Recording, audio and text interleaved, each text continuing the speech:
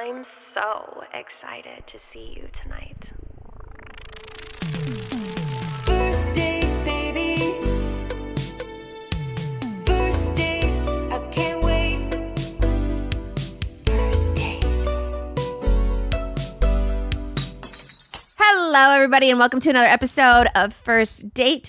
You know my guest today from her roles in Even Stevens and Kim Possible, and she's currently on season 3 of Special Forces. Give it up for Christy Carlson Romano. Wow. Well, let me fix this really quick. Okay, yeah, now I can hear everything. How are you? Good, girl. How are you? I'm good. I know how you are. You've had kids? Twice. You are what a dream. I love that. I'm so glad. I was thinking of the ruching on this dress is actually helping. Because I do have a mother bump here. What were you more excited to see after pregnancy, your waistline or your vagina? Oh, I'm definitely not excited to see my vagina after. Girl, should I be real with you about it? Yeah. It's going to be a little rough. Yeah, I know that. Okay. So rough though. We went from a little to a lot. Okay, because then I was gauging, and now I'll be real. Okay. No, it's going to be great. Are you having a C-section? No. Okay, it's going to be rough. Okay. Did you have take a all C-section? the drugs. No, I didn't. I did 2 vaginal births. Okay. Be sure to make sure you have an OB or whatever that's like, I'll stitch you up extra so you're extra tight, you know? You got to do that. Just make sure you do that. You're see. good. You're going to be great. We'll see. It's also like the most natural thing in the world. Right. Because people are always like, women in Africa do this in their bathtubs. I don't know why people kept telling me that. Women in Africa Having babies in their bathtubs. You hear the most about people comparing birth to women in Africa for some reason. Have you also heard that? It's in a lot of books. Okay. That I've been listening to, and they're like, in foreign countries. Which always ends up being Africa. Why? What is that? Like, can we talk about American pregnancies? Ours are brutal, though, apparently. I was going to ask you where you're giving birth, but we'll talk later about it. We'll talk later. Yeah, we'll compare notes.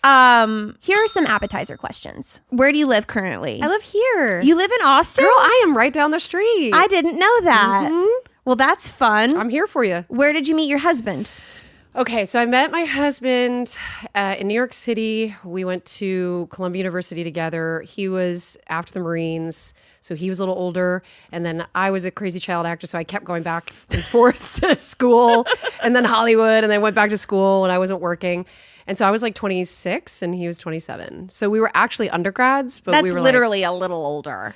Then grads. Well, you said he was a little older. I was thinking like 7 or 8 years. Yeah. He's only we were both so much older than the students around us, though. Oh, I see. So we just kind of stood out. And so, but there's a lot of reasons we were like, you have issues, I have issues. Yeah. Trauma bonding. So what does he do now? So my husband's actually my producing partner. We had a bunch of podcasts that we also produce locally and in California. And we've been here from California since 2020. Okay. Do you remember your first date? Oh, of my husband? Yeah. Oh, talk about trauma bonding. I basically was like in the midst of a couple year long breakup. And so I was at such a low. This is not hot at all, by the way. And when I met him, I was just like, this guy's out of my league. Like, that's how like insecure I was when I saw him. How'd you meet him? In class. Okay. Like, so how did he ask you out? I asked him out. You must have thought this guy was like on fire, dude. Oh, he was so hot. And so where did you guys go? So we went to coffee right down the street from Columbia. There was like, it's called like the Pink Teacup or something. And we went there and we had just like, we just had coffee and croissants. And I told him all about every one of my issues. And it was... Did you cry? I don't think I did, which is probably would have sent most guys just heading for the hills. But something about this is why I'm so glad I brought up the fact that he and I both have issues, because he had just been in the Marines and was like, he deployed to Iraq. Yeah. And so he was like, this bitch is crazy. I'm going to get with this chick. Yeah. He's like, this is right up my alley. I'm having PTSD. Yeah, just green flags that are on fire everywhere. I was his girl. Yeah. And then did you guys just stay together ever since then? Yeah, pretty much like codependent from the jump. I love that for you. It's the only way it could happen. Yeah. We it was like we hadn't just met. We had seen each other in the class prior, but that first date, which was kind of right after class, it was, me saying, "Hey, handsome," because I had gotten his number. And then he's like, "Oh, yeah, all right, game on." Had the coffee. And then I said, "Well, there's a party downtown and it's a birthday party. Would you come?" And so got super, super hammered at the party. Ended up on the ground of the fish market. Okay, guys, this is horrible. This is am I supposed to impress you? Okay. I'm actually impressed. This is awesome. Like, I don't know how this guy would have ever said no. I mean, it was. Do you remember there's a fish market downtown in like the Chelsea area of New York City or like at Lower East Side, and there's like the lower fish market-y place. And it's got like crates and it's like really rustic and like there's just cool, edgy, cool. I was a different person back then. Okay. So how did you end up on the ground? I was very drunk. So I think we were just making out like messy and then just kind of like fell to the ground and was like kissing. And then he's like, "I think we need to get up." And I was like, "Oh yeah, we're on the ground of the fucking fish market." My kids are going to watch this someday. It's okay. Okay. It's a great story. Thanks, hon. And then how long have you guys been married? Fucking long time. We just celebrated our 11th year anniversary. Wow. Together 14 years. Trauma bonding sounds like the way to go. It is. Yeah. I highly suggest it. And how old are your kids? 8 and turning 6. You've accomplished so much. I kept them alive. You did really good. Thanks, babe. Are they girls or boys? 2 girls. Okay. Yeah, that's karma for my husband. I always feel like girls are karma for the guy. They are. You having a girl? I'm having a boy. Okay. You're going to be such Which is going to be karma for me. Because I've been so excited about having a boy. And my boyfriend keeps asking me, he's like, "What are you looking forward to the most?" And I'm like, having a miniature version of you that can't talk shit to me yet. No, not for a while. Yeah. Like, I'm so excited for that. Yeah. And then and then people tell me that little boys are clingy, and it's like, that's all I've ever wanted as a guy to never, ever leave me. See, the codependency. Yeah. I'm so codependent, though. And I've known that, and I've embraced that. Yeah. That's like my first line out the gate. Anytime I go on a date, I'm like, just FYI. If I like you, I'm a stage 5 clinger. 100%. Yeah. I go nowhere. You know what? I think men want that at some point in their lives. I don't think they want it 3/4 of it. Yeah. But when they're ready to settle down, they want the girl that's not going to play games. They want the girl that's like, "I'm open and ready." Solid. It's true. Yeah. Yeah. I want the guy that's like ready to be with me. Yeah. I don't want a guy that's like, "I'm good. Like, I like my weekends to myself and I'm Right. still like loosely dating." That's not me for me. Right. Wrong time, wrong place then. That's what that is. Yeah. So I've always wanted the guy that like wants the stage 5 clinger. Yeah. Me too. That's what works. Amen.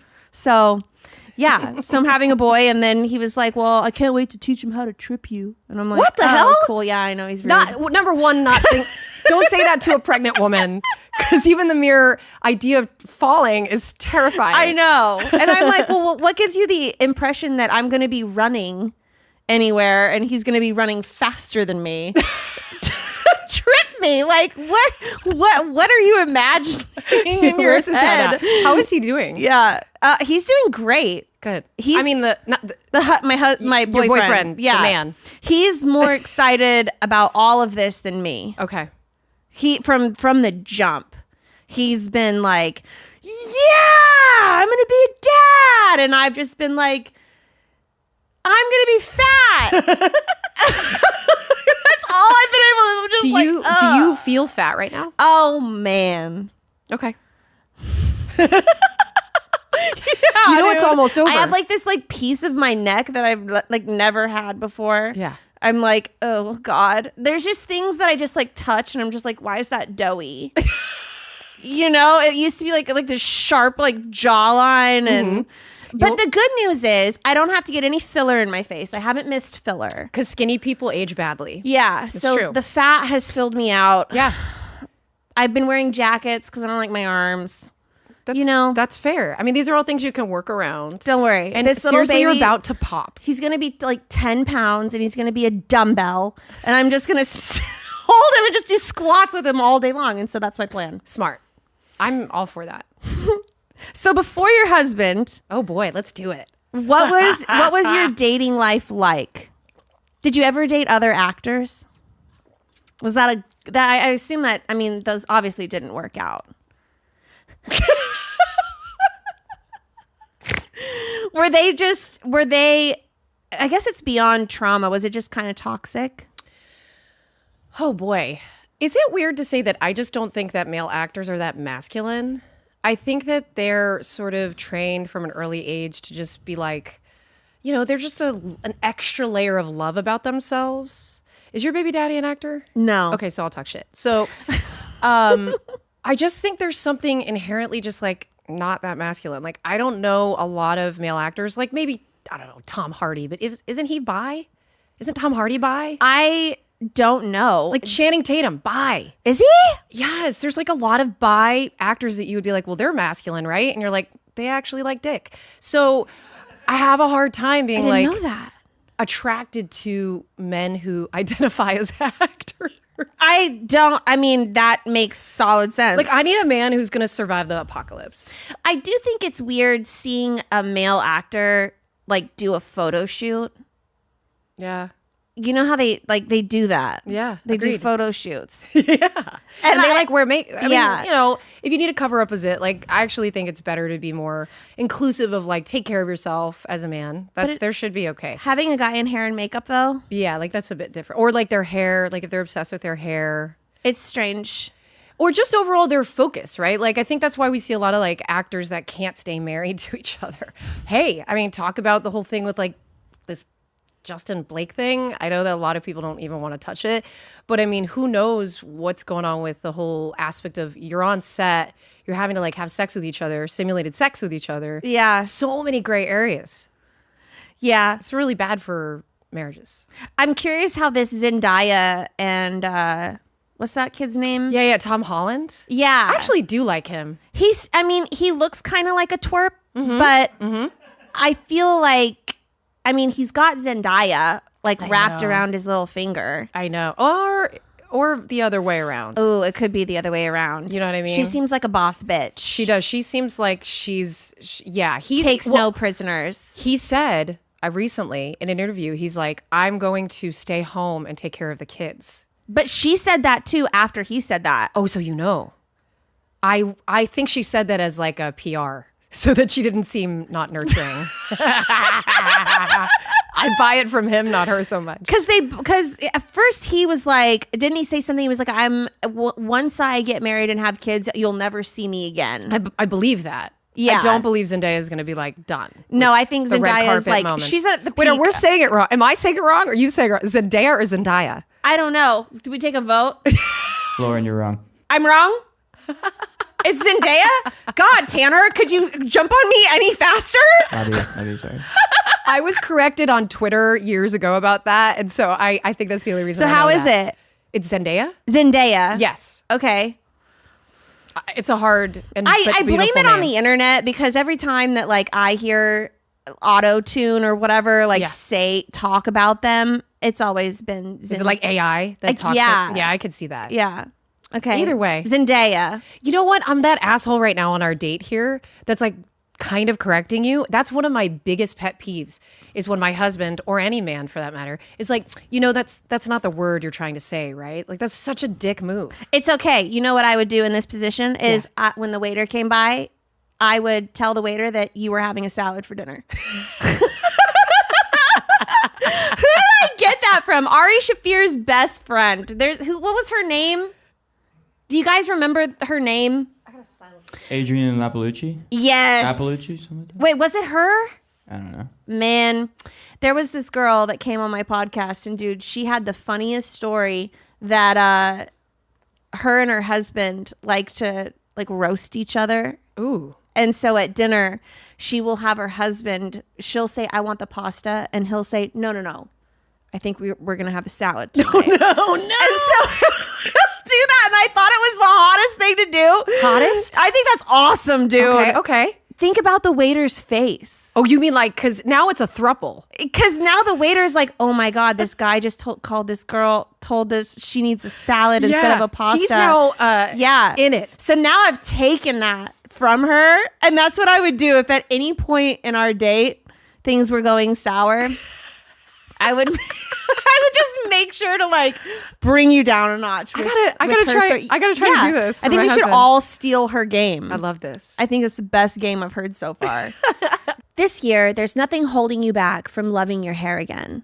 Hair is so much more than what you see on the surface. It's a reflection of what's happening on the inside. Let Nutrafol target the key root causes of your thinning hair and help you grow stronger, healthier strands from within. Nutrafol is the #1 dermatologist recommended hair growth supplement brand, trusted by over 1.5 million people. See thicker, stronger, faster growing hair with less shedding in just 3 to 6 months with Nutrafol. I absolutely love Nutrafol because I've used it since before I was pregnant, and it really does help your hair grow thicker and stronger and faster. So start your hair growth journey with Nutrafol. For a limited time, Nutrafol is offering our listeners $10 off your first month's subscription and free shipping when you go to Nutrafol.com and enter the promo code DATE. Find out why over 4,500 healthcare professionals and stylists recommend Nutrafol for healthier hair. Nutrafol.com, spelled Nutrafol.com, promo code DATE. That's Nutrafol.com, promo code DATE. Where do you like to go for dates? Austin, man, Are has you the best- fancy dinner dates? I think it depends. I'm down for anything always. So you could take me to like a rage room, and I'm gonna do that thing. Like I'm gonna take a bat to some TVs. Have you done that? I have. You should do it. I want you to do that after you have the baby, and you're like, oh, I need to fucking do something. I'm so like, you have so many hormones. Please go to a rage room. And what do you do? Not with the baby inside you. But you take they give you a baseball bat and you can go break stuff? Yeah, they give you like a thing that puts over your face and like a jumpsuit and like gloves. And like you just go into these rooms and they have all this shit that you can like fuck up. And you take a bat, or you could take the items themselves, and you could do whatever you want. It's anarchy. Do they charge you for the things you break? No. I'll go with you. This will be our second date. You know, I really like, I went on a date one time and I did paintball. Oh, okay. How was that? That hurt? Well, I'm a good shot. Oh, nice. So I fucked this guy up. Was he an actor? Because I wish he would have been. He was not an actor, but dude, I went bananas on this guy. But he was just a bad shot. I could tell that he like wasn't. I mean, I would never put myself in. I would never suggest a date activity that I knew I was going to lose at. And I bet he thought it was so hot. He's like, bro, she wants to go paintballing. Yeah, at first he was like, it's going to be so fun. And I was like, were you just afraid to hit me? Like, was that what it was? And he was like, yeah, that's what it was. Oh, you gave that to him. That was nice of you. Yeah, I tried to be kind. Yeah, but underneath it all, you were like, yeah, I'm this like, isn't gonna go you're a little pussy ass exactly. bitch. You can't shoot for shit. This is real talk right here. Yeah, but that did kind of like turn me off, the fact that I won that. Yeah, I wanted to get like fucked up. Yeah. Oh, you did. Well, I mean, I didn't want to. I knew I wasn't gonna lose. Mm-hmm. But like deep down, I was hoping that he would have no like withholding, that he'd be like, this is what you wanted. Yeah, a little like punishment. Yeah. Cool. But then he didn't hit me. Was he good in bed? I never slept with him. Okay, smart. That was the day I was like, wow, smart. if you can't even land a shot. Yeah, well, I'm not gonna. we know what that means. Yeah. All right. That ended quickly. I'm happy for you. Let me see. I'll ask you another appetizer question, and then I'll I move love on that to we're still on appetizers. Yeah. Am I showing enough like cleavage for the viewers to be like, no? We need navel. I'm we sorry. need it all I got the way it. I down got to it. the navel. okay, take one for the team. Are your boobs real? No. I think I might have to get it redone at some point too. Why? Well, because I got them at 18. It's a good ripe age. Toxic Hollywood culture in the early 2000s coming from Disney. I was like, gotta get the titties. Yeah. So got the boobs, wanted to do Maxim, never got to do Maxim. Why? I don't know. I was like begging to do Maxim. You're like a Hollywood star. They should Well, be begging you. Yeah, I was a teenager. You would have thought that, but I don't mind it. It's okay. I'm sure it was God's divine hand that was like, she doesn't need to do that. But I would do it now. Like, honestly, if they wanted like a milfy, like, throwback. No one would know you've had kids, by the way. Well, and then airbrushing is possible, right? It was always a thing. We can, I love a filter. Why are people so weird about filters? I think that filters are fine as long as you have good lighting. Because if you look like a blur, And then you put the face on it. I get pissed off. I'm like, stop. Yeah. Just stop. Well, and I always ask my friends, like, hey, like, we kind of have this unspoken thing that we filter each other and then send them it, Yeah. It's like we make sure that we all have it's like the filter mafia. So what did you do when you couldn't do Maxim? Oh, this was about the boobs. So I basically just lived with the boobs and just kind of people perceive you as sort of the goody goody when you come from Disney, and I think that's what made me kind of bounce back and ricochet in my dating life, and was sort of like a little bit of a little freak. for Why a would you while. get them redone? Because one of them popped. And then it was like, oh shit, what do I do? It was like, you're lopsided for Yeah. like as long as you don't get the surgery back. So then I put different implants in them. Turns out that the ones I got are like these gummy ones. Yeah. That can cause cancer. Were they silicone? I don't know if they're like silicone or whatever they are. They're just like gummy. Yeah. I think the saline ones. That's the ones I had before. And that's what popped. Yes. But that's supposed to be better if it pops, right? Like it's Definitely, these are indestructible. If I burn up in a car accident, like the Tesla will still be there and my gummies. Now I have a Cybertruck. So You have a Cybertruck? I love that. I drove a Cybertruck. A lot of people think that they're so dumb looking. I think that they are awesome. They are awesome. I love my Cybertruck. I have a X, but I want the truck. Yeah. I saw an Instagram thing where they took the Cybertruck to a cemetery. Oh, yeah. My husband was telling me about this. Yeah. And it's like spooky. Yeah, you can see people walking Yeah. on the navigation. But I'm like, did Elon Musk just That's what my husband said. program that? And if you put it in Santa mode, you'll see them as elves. Did you know that the voice command, if you say open butthole, the charge port will open? That's adorable. I'm going to try that on my way home. You can also do the voice command blow me, and it will turn your air up one notch. Just one notch? So you have to say blow me, blow me, blow What me. about if you say, oh man, Elon, he's got one big personality. It makes you wonder, is it him or is it just some sassy Gen Z head don't know. of product? But I'm sure he approved it. So at the end of the day, he's like, yeah, I like that. So he's a freak too. Oh, totally. So open butthole. Got it. We'll open your charge port. We're going to get into some main course questions now. What is the best pickup line you've ever heard? Man, I'm so direct that I think I enjoy being the person that breaks the ice. You know what I'm saying? You like to approach the guy? Yeah. Yeah. I don't think I've ever, I have a bitch face, so I've never really was approached that much. Until you smile, then you look really friendly. Thanks.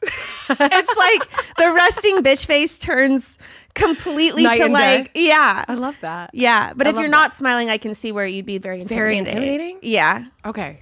That confirms it. And you have fake boobs, so That's what it is. You're Well, like- I nursed for 3 years, so now they really look real.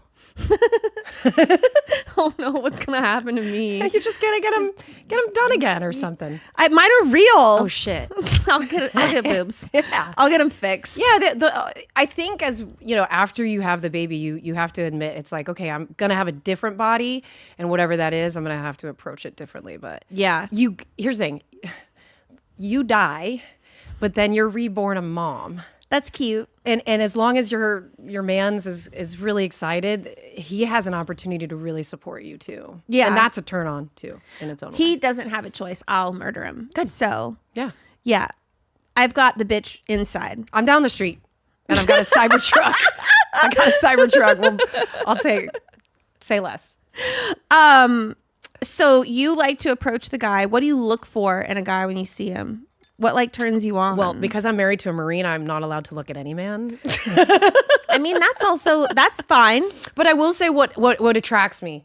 I love hands, like big hands. That's another thing about the actor boys. They have these like little tiny little wrists. And these little tiny little hands that like didn't do shit when they were like growing up because they were like in theater camp. And like I just like manly hands. Yeah. And a cute butt. And my husband has both of those like really well. Like a baseball butt. He does, yeah. I don't know how baseball players have. Is it because they're squatting? Do they just do squats That makes sense. all the time, or they're running? And I don't know. I'm sure football players too, because he was like rugby, football, like all that stuff. Hot. Yeah. Yeah, I'd say those are my two things. Okay. I like big shoulders. Ooh, okay. I like. Do you like tall guys? I do. Okay. Yeah. I was married to a short guy at one point in my life, and when that ended, I was like, never again. Yeah. My first was a very short comedian. Yeah. Yeah. I heard someone back there go, "Who?" You can Google it. You can Google it. Yeah, I don't know. I went the opposite direction. I was like, we're done at this height, and we're lifting up. Right. Well, let's say that before your husband, you go out with a guy and you really, really liked him. What was something that they could do to really ruin that? Damn. I was so okay. Let me try to think back. Steal my cigarettes. Steal your cigarettes? Yeah. So back in the day, I did definitely smoke a lot. And I remember dating this one guy who was like this, like out of work, but he was a really good photographer. And he would just always bum my cigarettes because he like didn't have enough money for his own. Oh no! And it was like a massive turnoff for me. I see what you're saying. Yeah. Don't steal your girl's cigarettes. Yeah, he should be buying them and offering them to you if he knows that you like to smoke. It's also indicative that like you just don't have enough money to buy the cigarettes. Yeah. So also don't smoke. It's bad. But I mean, yeah. Did you ever go on a date where the guy tried to get you to like pay half or pay for the date? you know, I don't think that would have been a turnoff for me because I think I was so financially independent since I was a kid that it wasn't like important to me if they couldn't afford it. I think like with this sake of that one photographer, he's like an artist, but I don't think there's a future there. Yeah. You know, I think it definitely like makes the relationship feel a certain way, and I'm not sure if that ensures a future. Yeah. For us. When did you move to Austin? 2020, Okay. the mass exodus. So you moved actually when COVID kind of started, right? Let's see. It started really in March, and then we moved in November, and then we were here for that big old freeze. Yeah. Were you here? No, I came in the year after that. Okay. I was here the year after in May. Okay. And I remember everyone was just telling me, they're like, oh, you just missed like this big, huge freeze. Yeah, because it was in February. Yeah. Yeah, it was February 2021. Yeah. And so I came in 2022 in Okay. May. No, was it? It was no, it was 2021. Yeah. I was here in 2021. Yeah. So that was, I think we had did we have a mild summer that summer? This is how you know we're old. Because we care about like, God, I how don't was remember. the summer in 2021? So many things have happened since I've moved to Austin. I've done more in Austin than like ever in LA. And Yeah. I think it's primarily because of traffic. Okay. Because I would never want to go anywhere. Oh no. I would hate going places and Horrible. like doing things because it was just so. Oh, forget about going to Santa Monica. Like It was 2 hours. when your friends move to like Santa Monica or the beach, you're like, it was nice you've knowing you. moved to Colorado. Like Or Vegas. Yeah, I'm never gonna see you again. Yeah, there's no reason. There was like to a go. going away party. I was like, see you. on the west side now. Yeah. And like I'll see you for your birthday. Yeah. Yeah. But that was about Maybe. it. Yeah. No, I was so happy to leave LA. I'm so in love with Austin. It's kind of sickening how in love with it I am. But, you know, I came here during a time that was very scary for young parents. Well, not young parents, but, you know, having young kids in your, you know, everything was burning. Still, back then, everything was burning. When we were moving, it was like you could see the smoke over the mountain. California's been on fire since I can even remember. Mudslides and fires are nothing new. Yeah. They're really nothing new. But it was just one of those things of like, you know, it's raining ash predictably. And I was living in Orange County. And so it was Nashville or Austin. And by the roll of the dice, it was Austin. And I think that the food scene, the culture, the arts, like it's kind of all like here and brewing all the time. Yeah. That I've never second guessed. It's a roll of the dice, I feel, for a lot of people going to either Austin or Nashville. But I do think it's rude that Austin tries to claim itself as the music capital. It's not. Have you like if you believe that Austin is the music capital, you have not been to Nashville. Right, exactly. I completely agree with you. And I wish that weren't the case. I wish we did have more music here. Yeah. But we have so many other things going on. Like, it's fine. Yeah. It's fine. I would say that we're probably one of the biggest comedy capitals. Thank God. I would say that. Yeah, Like I now would- with Mothership and all the comics that are moving here and all the comedy that you can go see. I'd say like here in New York seem to be like the biggest ones to me. Yeah. Does Matt Rife still live here? He did for like a hot second. Yeah, I think he had a place here. Got it. But I'm pretty sure he's on the road for like the next 2 years. Got it. I don't think he's doing. You've interviewed him. Yeah. Is he good looking? He is good looking, but I've known Matt for like 10 years. Oh, got it. So before the surgeries. He hasn't had surgery. That's Isn't not that the whole wild? rumor. That's the whole rumor is that Matt Rife had surgeries. And that's why he's so gorgeous. No. Unfortunately, that motherfucker's just pretty. Damn it. I know. He's definitely not got actor hands. I knew him when he was like 20. Wow. He was just like He's baby. a cool guy. Yeah. He seems like a cool guy. He's always been really nice and he's always been very gay looking. Yeah. But he's not. Right. Sadly. It's just he's not the Channing Tatum type, you know. he's just a funny masculine dude with really a beautiful face. Damn it. Yeah. Get out of Austin. We don't need it. Luckily he's not here. I never run into him. Get out of here. I don't know why he bleached his hair blonde recently. He's going through something. I'm staying out of that one. But I'm just like, we didn't need to go Pete Davidson. Oh, no, never. No, please don't. No. I'm not a fan. I wouldn't be surprised if he went down that path though. Okay. You should call him. Be like, how you doing? I just want to check in. Just make sure we're I not care. Pete Davidson it. Okay, well, I've got like 2 more questions and I'm going to ask you my dessert question. Have you ever been cheated on? Probably. Oh no. You don't even know if you have. That's sad. That's the worst. Yeah, I mean, I had a pretty toxic relationship where it was like the guy would still go back to this one particular person and we were like on and off. And then, you know, they ended up getting married and They did? yeah. Whoa. So what's that one movie, Good Luck Chuck? I was like, Bad Luck Christie. But because I did not make Damn. yeah, the breakup was really, really bad. But but yeah, you know, oh Jesus Christ. It was a really bad breakup. It was like, you know, he kept going back to this one person and I just kept going to the bars and trying to find different people not to think about this person and no one was happy, you know? So I at least something good came of it where it was like, at least they ended up together. Yeah, like know? forever. Yeah. But other Apparently. than that, if somebody's cheated, like, I don't think I had the knowledge of it. No. Yeah. Do you think open Oh, relationship? wait, I actually have a great story. Okay. I've been the person that I did not know that I was the other person. And it was a guy that I met in my apartment complex and he had this like dog, this like massive English bulldog thing. And he would always walk his dog, but he brought the dog over to come and see me and it would crap in my house. And I never understood why it would be crapping in my house when he would come by and see me. And it turns out that he would tell his girlfriend, who was his live-in girlfriend, that he was walking the dog, but then he would come and see me. And then I met a second girl that was like, yeah, my friend lives here and she thinks her boyfriend's cheating on her and we don't know what. And I was like, wait a minute. Oh my gosh. Put the pieces together. You always get found out. Wow. Yeah. You know, there's a story like that in my apartment building. The odds of this girl listening to my podcast are very slim. Not zero, but slim. She went to Egypt for like a wedding and she was gone for like 2 weeks.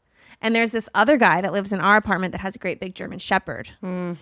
And they like you can tell in the elevators like that they like go to each other's like apartments and all this stuff. Okay. So they're dating. Okay. And it's been like a thing for like over a year that I've lived. This is like now? Now. Oh, okay. So just a couple months ago, this girl goes to Egypt and then this guy is bringing home all these different girls to his apartment. And I'm like, and we're I'm in the elevator and I'm just like, and I like know that this is like going on. And then You should tell him he needs a salad. well, the girl came back. Salad. Yeah, seriously. No more pasta for you. Well, then the girl comes home and then the other girls disappear and they start going back and forth to each other's apartments again. And I'm like, oh, I want to tell this girl, but like, it's not my lane. Stay in your own lane. Yeah. Don't, it's not your business. But you could always pretend because you're pregnant, like you can use that card and just be like, oh, it's my pregnancy brain. I'm having a hot flash. She's cheating on you.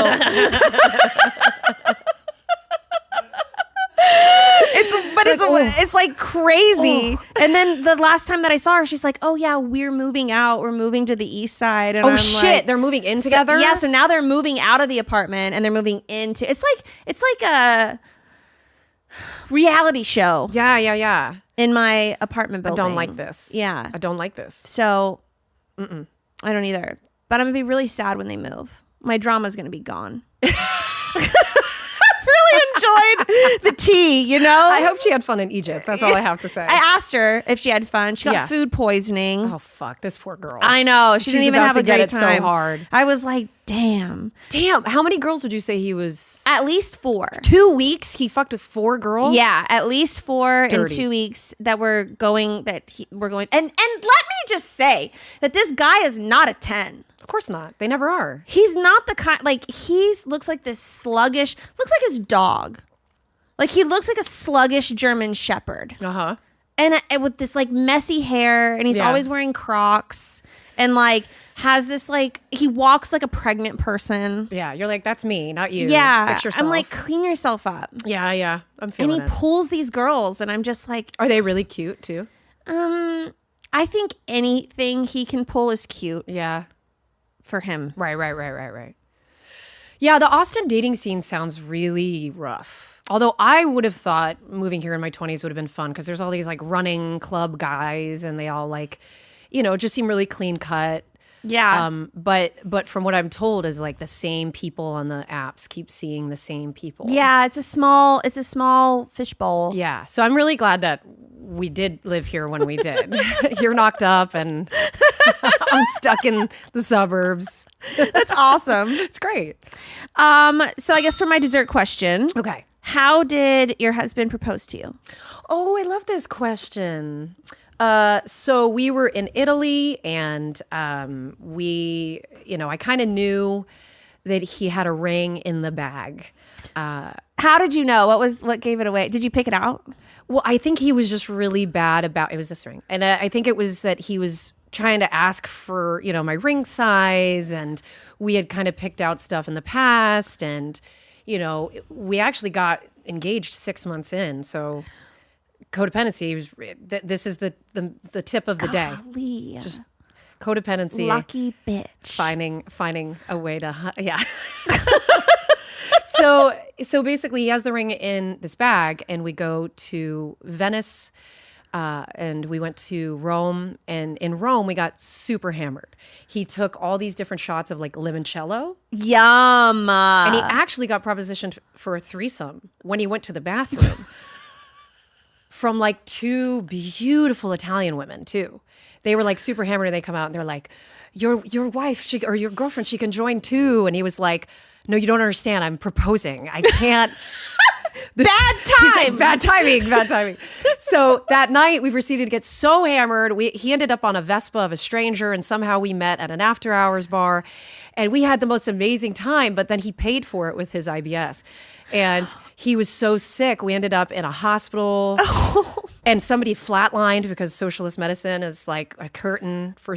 Oh my So goodness. He was having the worst trip ever, and he told me while he was, and I had to be like going back and forth from Florence train station or our Airbnb to the hospital. I didn't know where the fuck I was. Oh no. And so it turned out that it became this like in sickness or health type test. And I knew that the ring was in the bag, and he kept telling me when I went to go see him, he goes, "Don't open the bag. Don't open the bag." And it was, it was like, okay, like I'm not going to open the bag, although I know it's in there. And it's like the biggest temptation. So he did come through. I don't know. He said, somehow the heavens parted and he wasn't feeling sick when we were on a gondola. And he was just like, I proposed to you. Maybe it was the adrenaline, but I felt okay. And he proposed on a gondola like towards the end of the trip. That's so cute. Yeah. Yeah, it was great. That's awesome. Was he sick most of the trip? Yeah, I would say after the first like 2 days, and it was like a 10-day trip, he was pretty much No sick. way. It was shitty, yeah. And it was like food poisoning? It's like that, but with I think it was like alcohol that kind of burned his stomach lining. Man, It was he rough. should have like prepped himself before. He was just, I think he must have been nervous. Guys are weird like that. Maybe. Yeah, he was nervous for sure. Damn. I know. That's a fun story though. Yeah. That's cool. And then how long did it take for you guys to get married after that? We waited like a long time. After, it was 6 months so soon. We waited 2 years Yeah. and finally got married. Well, congratulations. Thank you. That's awesome. And congratulations to you. I'm so excited. You do look beautiful. Thank you. Yeah. And no fucking wrinkle on the face. Okay. Thank you. You're glowing. It's because it's fat. It's filled with yes. fat. Skinny people don't Thank you. age well. It's the one thing I'll take. Where can people find you? I'm on Instagram. I've been on YouTube. You can connect with me on Instagram. You've been on YouTube. I know. I've had a whole podcast life and career and stuff. And, Special Forces is out right now. I did this insane reality show. You must watch it. I will. It's on Hulu. And it's this you name it. Denise Richards popped her implants jumping off a bridge. Oh my goodness. They basically, you torture celebrities with military training. And it's in its third season. Cam Newton's in it, who's a massive NFL player. Do you yell at people on this They show? yell at you, yeah. Okay. But my husband trained me, and he trained me, and he yelled at me, and I kind of like I was going to say, was that like hot? It was so hot. Yeah. It was so hot. I was so into it. That's awesome. Well, From thank the you husband. for coming on my show.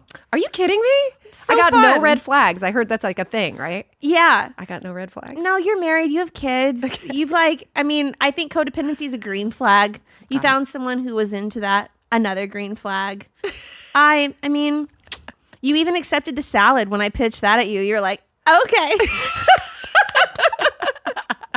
Thank you guys so much for watching another episode. We will see you next time.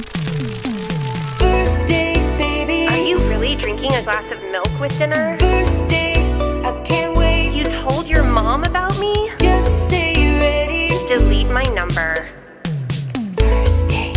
Your parents are your roommates?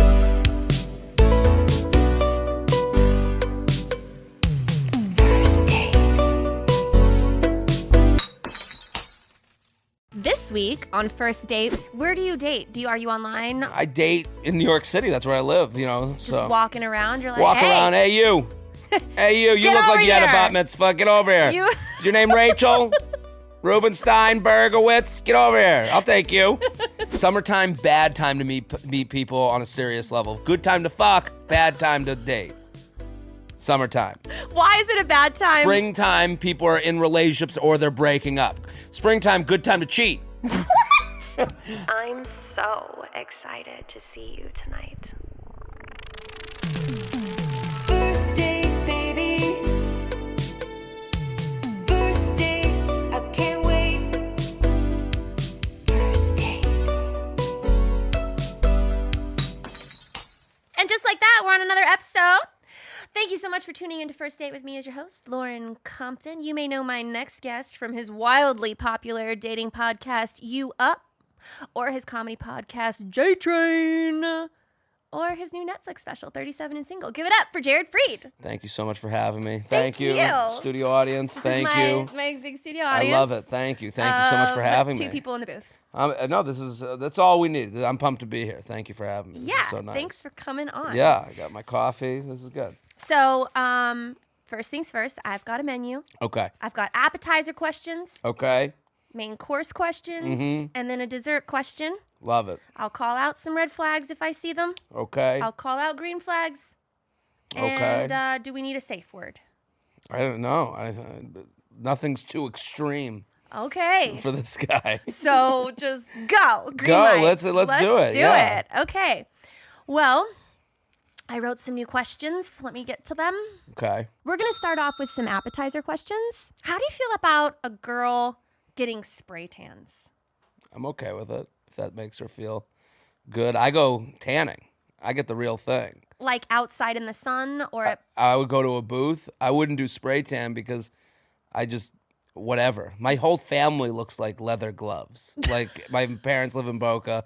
We're all just tan people. Like if I sit on the beach, let's let the sun hit me. Let's go. Yeah. You know, no, I'll put on like a 15 later in the day if I'm feeling it a little roasty. But no, spray tan, good for you. As long as it's well done. You know, a half done spray tan, it's like, why'd we even do it? You know, Yeah. like, and sometimes, listen, I understand that. You use the wrong one, you try out some different brands. You got to find the right one for you. Yeah. But as the act of getting a spray tan, go for it. That's amazing. The smell doesn't bother you? Never really noticed the smell. Sometimes when they're fresh out of the oven, the spray tan oven, yeah, you can smell it. Like I when I was dating my ex, she would get a spray tan, you'd smell a little bit, but you know, it was great. What Yeah. I feel good, look good, be good. That's my motto. How long has that been your motto? Just now, right now, I just thought of it.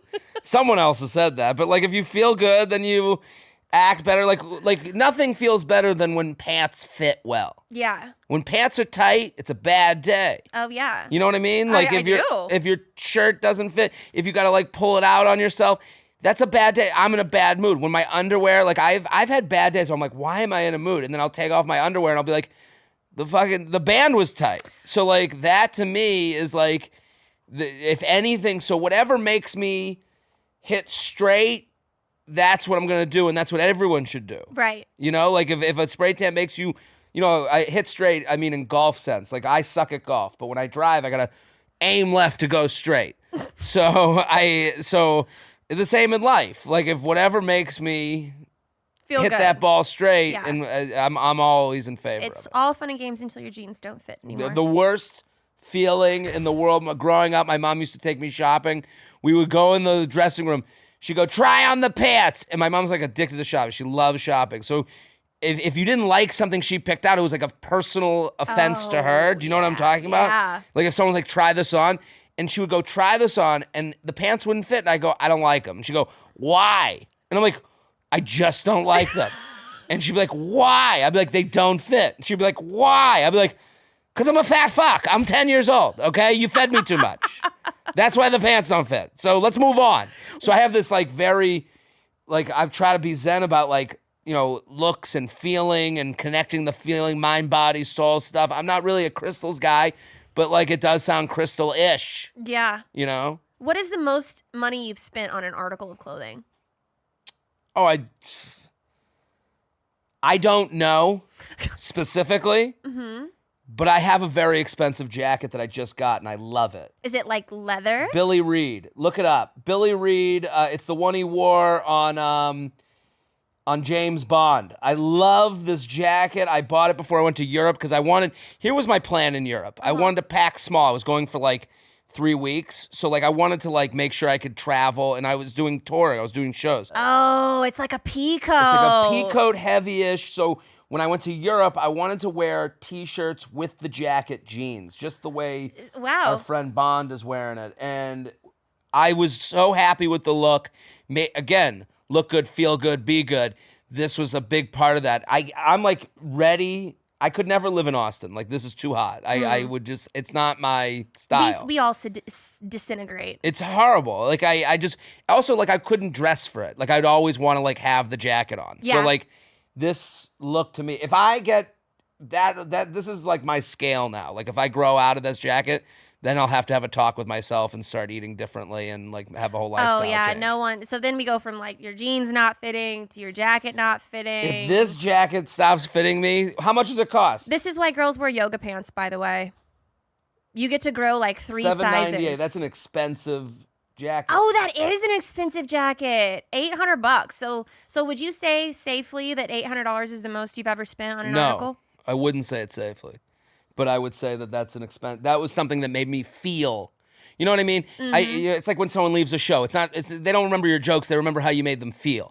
I think the same goes for, like, articles of clothing. Like, there's nothing else I remember that, like, made me go, should I do it? You know, like that feeling of, like, you're taking, like, a tough shit.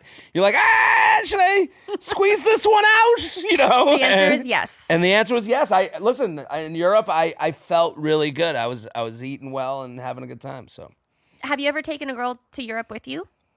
I never have. No, you don't. No. You never liked the girl enough. Or... No, never had the funds. Never had the place of life. So you've never taken a girl. Do you ever take girls traveling with you in general? Of course. Utah. What makes you think Utah? I don't know. You don't want to go to a I would foreign go to country? Utah. I like Park City. I would take a girl there. You find a Where have nice I taken Mormon a girl? What's that? Mormons are there? Not for me. No? No, my mom would be very upset. She'd be like, Mormon? Are there Jewish Mormons? That would be. Are there Jewish Mormons? I'd be like, no, Mom, I don't think you understand the concept of religion. So no, I've taken girls. I've gone to Aruba with girls, Charleston. I say it like I'm bringing my. So you're bringing them on tour? Yeah. It sounds like I'm bringing my, like, 10 women. Come with me, ladies. Like, I'm fucking. You might like the Mormon religion. That would be a good space for me. No, it was always. I would take a girl I'm dating. We've gone on the road sometimes.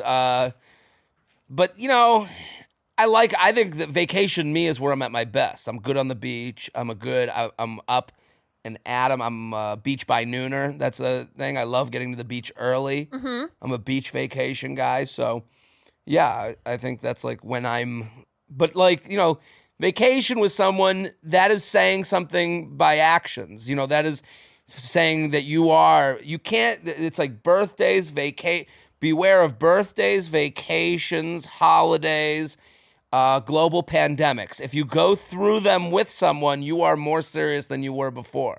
Well, yeah. Right. So if you go, you know, you can't just frivolously go on a vacation with someone. Do you typically date Jewish girls? Mm-hmm. How important is it to you that a girl is Jewish? I think of it this way, where when you're dating someone, when you're trying to figure out who you want to date, you don't want to go on bad first dates. Right. And you want to have something in common. To me, I have more in common generally with Jewish women than someone who's not Jewish. So, like, we have a background that we share. We've both done high holidays. We've both had kugel. We've both gone to maybe summer camp. You know, like, we both went to Hebrew school maybe. We had a bar mitzvah. So, like, those are commonalities. And, you know, I think when you're dating, you're looking for someone to be your family, you know, in a very hokey, cheesy way. So, like, I think that works into that. And that's probably why I go more towards Jewish than not. Mm-hmm. Where do you date? Are you online? Are you? I've done the apps. I date in New York City. That's where I live, you know. Just walking around. You're like, walk hey. around. Hey, you. Hey, you. You Get look over like you had a here. bat mitzvah. Get over here. Is your name Rachel? Rubenstein, Bergowitz? Get over here. I'll take you. That's how I date. I go to the bagel store and I go through the line and I'm like, hey, who in this line Yeah. likes a good crapluck?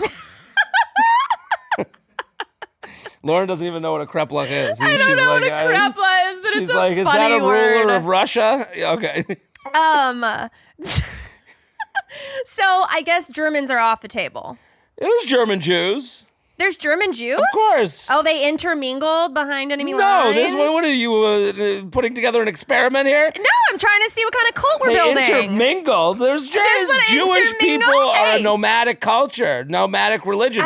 We're all over the place. We're everywhere, baby. Man, you guys. There's even Austin Jews. There's Shit. German Jews. There's Utah Jews. Ginger juice. Ginger Jews, we got redheads, we got blondes, brunettes, we got Yeah. them all. We're in, baby. Fucking like rabbits. Mm-hmm. That's great. Good for y'all. Yeah. What's your favorite kind of restaurant to take a girl to? Fine dining for a first date? First date, no dinner, no food. I'm going to a coffee wine hybrid spot. Those are my favorite new first date spots. There's a place called St. Jardim that's in New York in the West Village. Highly recommend. There's a place called, it's right up the street from there. That whole area right by St. Jardim is coffee wine hybrid land. So if you're in New York City, that's like a place to get a first date because coffee wine allows for like it's high end without spending too much money. You know, you can go get a bottle. To me, my thing for a first date and the suggestion I've always given is you get a bottle, you look like a stud. Like, oh, we'll get the bottle, we'll share it. Now you're sharing. Now the bottle becomes the hourglass for the date. When the bottle's done, you guys are done, or you can re-up for a new place. So it gives you options. It gives a finish. It gives a finale. You know, makes it an ending for something that feels endless. Also, it's 2.5 glasses. So if you're on a good date, 2.5 glasses is probably is a pretty good date. At the very minimum. So. And if it doesn't go well, you know, again, you've gone through 2.5 glasses. Like, go home, you know, go get some pizza and you're good. I think a coffee wine place sounds good too because you can start with coffee. Right. And then if it's going well. Let's get a glass of wine. Yeah, I'll have a glass of wine. And you say it like that. Sure. Really? Yeah, Fun? Yeah, why not? Let's have a glass of wine. Yeah. Because I like a coffee date. You don't want a coffee walk date because I don't think it shows that you're trying. I think it shows that you're like kind of leveled someone, which I don't believe to be true. I've gone on walk dates, I've gone on coffee dates and never thought less of the person, but I do think someone might take it that way. So I'm a big people pleaser and I would feel that, I think, and I don't want to, if I'm going to go on a date, I'm going to go on a date. So I think a coffee wine place is a place where you could be sober and have a nice conversation and not feel like you've given them a less than experience. Yeah. I like day drinking. Me too. I like it more than night drinking. This is bourbon. I figured there was Jack Daniels in there. I was going to ask, I love a day drink. I think that's a better way to meet someone. I think like right now it's fall, college football season, the best time to meet someone on a serious level. Yeah. Summertime, bad time to meet people on a serious level. Good time to fuck, bad time to date. Summertime. Why is it a bad time? Springtime, people are in relationships or they're breaking up. Springtime, good time to cheat. I'm just saying. That's a red flag. Red flag number one. Knowing this doesn't mean I do this. I don't engage in this, but that's when people generally I've never cheat. heard that a day in my life. Is that a Jewish thing? Whoa. Calling Jews cheaters. I know what Lauren... Nope. Lauren went to the school of Kanye. So what I would say is fall... And especially New York. I'm speaking from a New York perspective, but here's the thing. Football game, people are out during the day. They're at their most sober at the beginning of the games. You're amongst your friends, so now your friends protect you. They can kind of, and it's not an awkward thing where here, meet my friends. It's I'm out with my friends. We're at the football game. You know what team they're cheering for. You have a commonality, your friend, and what you want in meeting someone, in my opinion, and this is something that on the U Up podcast, we had like a relationship person on, I can't remember their name, but they were talking about the thing of weak ties. Like no one's going to introduce you. Like no one wants to be responsible for their best friend and finding them love. Like that's a tall order. Where you find a job, where you find a relationship is from like the friend of friend. You know, the one that doesn't feel awkward around you that you see all the time. Oh, how'd it go? You know, so when you're at a football game, a daytime drinking spot, in a social gathering of that kind, it's just a bar full of weak ties. Because it's like your friend, oh, I know that guy. He was in the fraternity that we used to hang out with. He used to date so-and-so. It's all right in front of you instead of this like thing that's off in the distance. What if a girl doesn't like sports at all? I don't think you have to like sports to like day drinking and going out with your friends. If you don't like going out with your friends, yeah, you have a social issue. You know, like what do you think is more important for your parents to like your new girlfriend or your best friends to like your new girlfriend? I think my parents, my family for me, but I wouldn't tell someone what to feel on that. What if they totally cock block you? Like you were so into this girl and they were like, Jared, She's like, If they're meeting my family, my cock has been unblocked at that point. Like cock has done what cocks do. Big boy ate at that point. Okay? I'll be honest. Medium boy has eaten already. So like I'm not like, you know, like if you're meeting my parents, we done fucked. You know? So like at that point, like it wouldn't be a cock block, it would be like an emotional block. It would be like, hey, I would, you know, the disappointing part about family not agreeing with you is that you're like, whoa, was I blind? Is my chooser wrong? What's my sensibility? Is my taste kind of like off? You know, like where did I stray and go wrong? It's more of a, to me, I mean, again, like a cock block is so minimal, so surface level. You know, a parent saying no is like, oh, where am I? Was I delusional? What went wrong with me eternally? yeah, I can see that. You know? Yeah, no, totally. This show is sponsored by BetterHelp. Do you ever feel like your brain is getting in its own way? Like you know what you should do, you know what's good for you, but you just can't do it? Therapy helps you figure that out. It helps you figure out what's holding you back so you can work for yourself instead of working against yourself. BetterHelp works for me because they help me solve problems every single day. And they take the stress out of it, and they're just there, and it's so wonderful to have that support. If you're thinking of starting therapy, give BetterHelp a try. It's entirely online, designed to be convenient, flexible, and suited to your schedule. Just fill out a brief questionnaire to get matched with a licensed therapist and switch therapists at any time for no additional charge. Make your brain your friend with BetterHelp. Visit betterhelp.com/date today to get 10% off your first month. That's BetterHelp, HELP.com/date. We'll go on to the main course questions. Okay. What's the biggest deal breaker for you? I don't, you know, it's hard to say. Like, there's very little things that I'd like stand up and be like, it's enough, and then leave the table. You know, like I talk on the special 37 and Single on Netflix right now, streaming. Go click on it, watch it for 2 minutes. You'll be there for an hour. What I talk about in the special is like, we're the Google generation. You and I, we're a similar age, I think. You said you were in LA for 16 years. It's my birthday. Happy birthday, by Thank the you. way. Again. So I'm officially 36. 36. So we're the same generation. Don't be sad. 36 is a beautiful age. It's a wonderful time. You know what you like. You know what you don't like. Isn't that a wonderful thing? You're never going to be at a group dinner with someone who's like, I'm going to pay in cash. You sound like my wouldn't. therapist. It's a good time. Yeah. Okay, fine. Maybe I'm here. The therapist sent me here. This is an intervention. This is an intervention. Okay. Here's what I would say.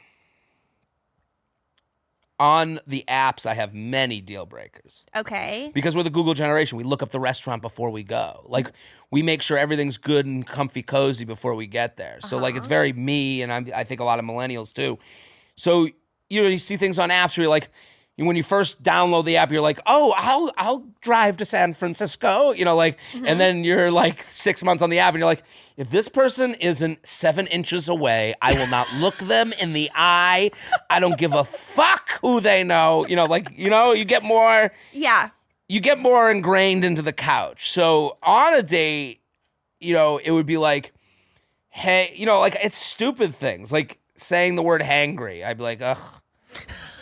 Like, hangry, like, what are you, a fucking loser? You know, like, go eat. Like, hangry to me is just like this, like, word that people use to, like, give themselves, like, you know, oh, it's not me. I'm not a piece of shit. I'm just hangry. It just came over. It's not COVID. You know, like, go in the fridge, put something in your mouth, and come back a normal person. How about that? Yeah. So, stuff like that gets me like, you know, but you know, I'm very rarely like so frivolous when I'm with the person. You know what I mean? Have you ever dated a girl with like an attitude problem? A rude tude. A rude tude? I have, but that's generally something that I would be like, it was nice to meet you, but I gotta go. Yeah. What if a girl got fucking wasted at a date with you? that can happen to anybody. I mean, I could get wasted. Especially day drinking. Day drinking. I'm a never know. drinker, so I'm always like, I'm not like a pusher, but I'm like, I'll have another, martini. Why not? And then Yeah. it's like 3, and I'm like, 4's not a bad number.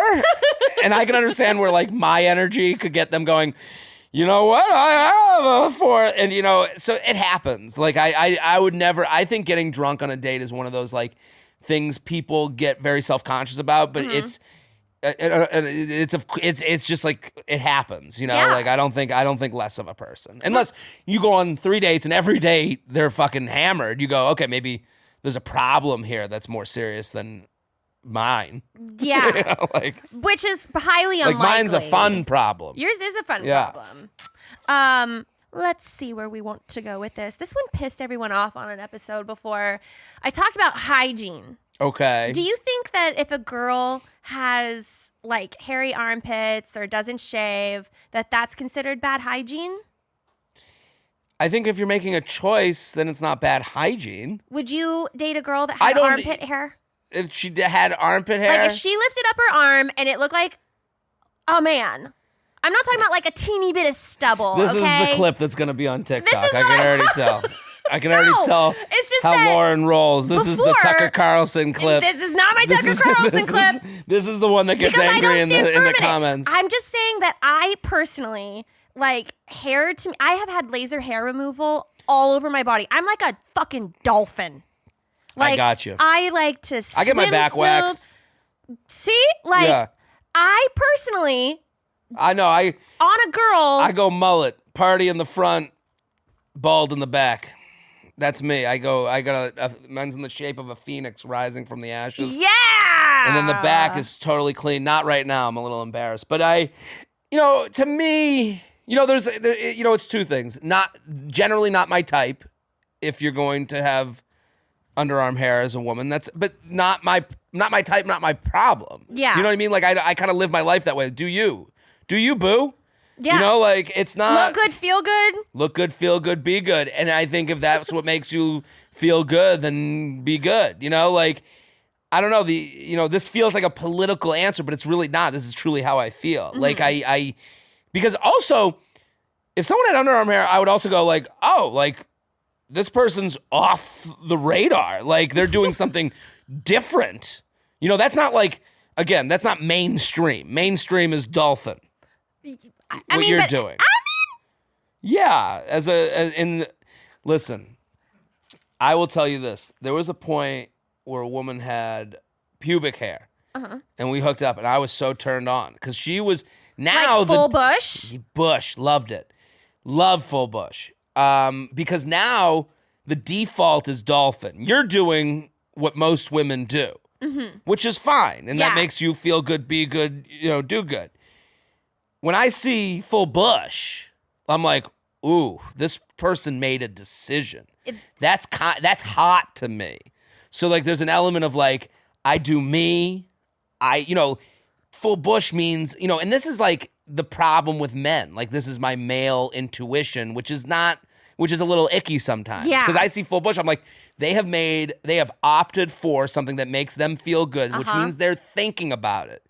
Which means they're thinking about how it looks down there in a way that, Sleek Dolphin really isn't thinking. It's just, this is what I do. So to me, it's kind of hot.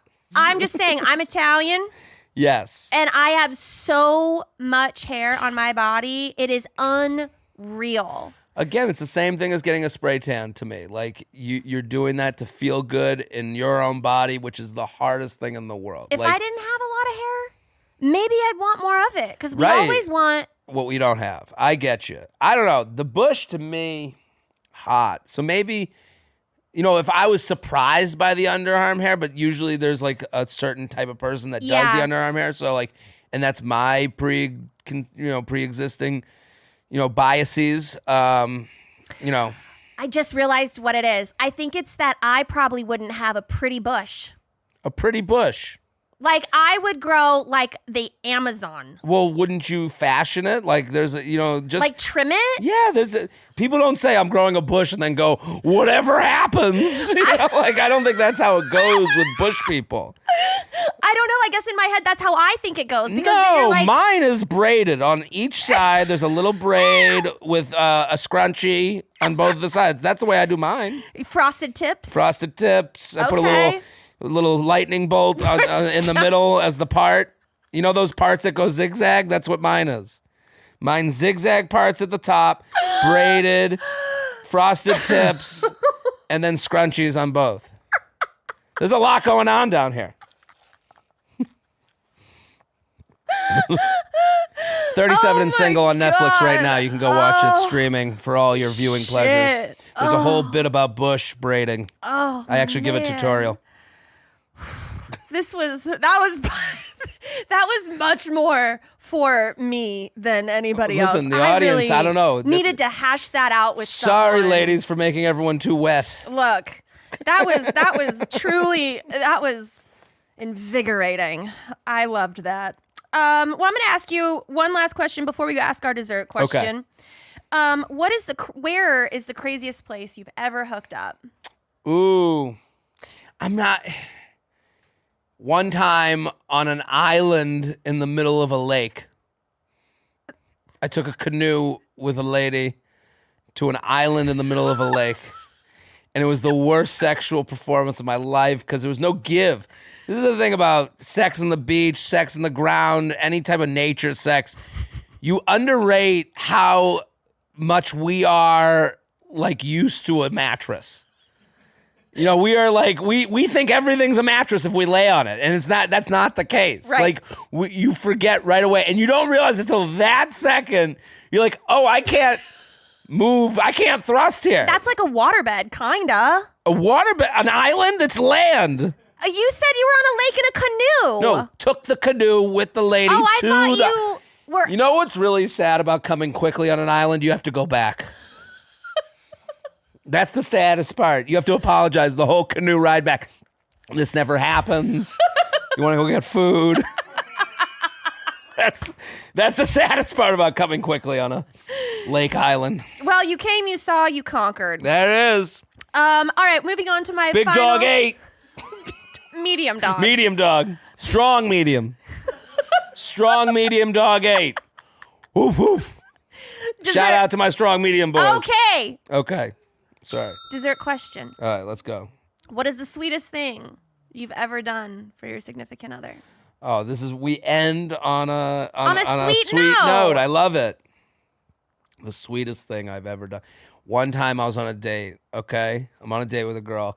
We got clams clams in the sauce. Like a cozze. Like a what? In Italian, it's called cozze. Is that- okay. Cozze. Yeah, like a Fra Diavolo type of deal. It's like the broth and Yes. there's the What's better than putting the bread in the broth? Nothing, right? Like that's the best thing in the world. So it's the beginning. We get the clams. It comes, and I took one. We're having the clams. We're dipping the bread. I took the extra bread. There was a fifth piece of bread. I put it in the broth. Let it sit. Okay. The waiter comes over. Is like, "Are you guys done with the clams?" I go, "Hold on one thing." I took the bread from that was now like a sponge full of the broth, and I put it on her plate. I go, "Made you something." That is so nice of you. Take that, dudes. Learn from the best. That's so incredibly nice How of you. nice. I've never, I don't know what made me think to do it. It wasn't like something I do.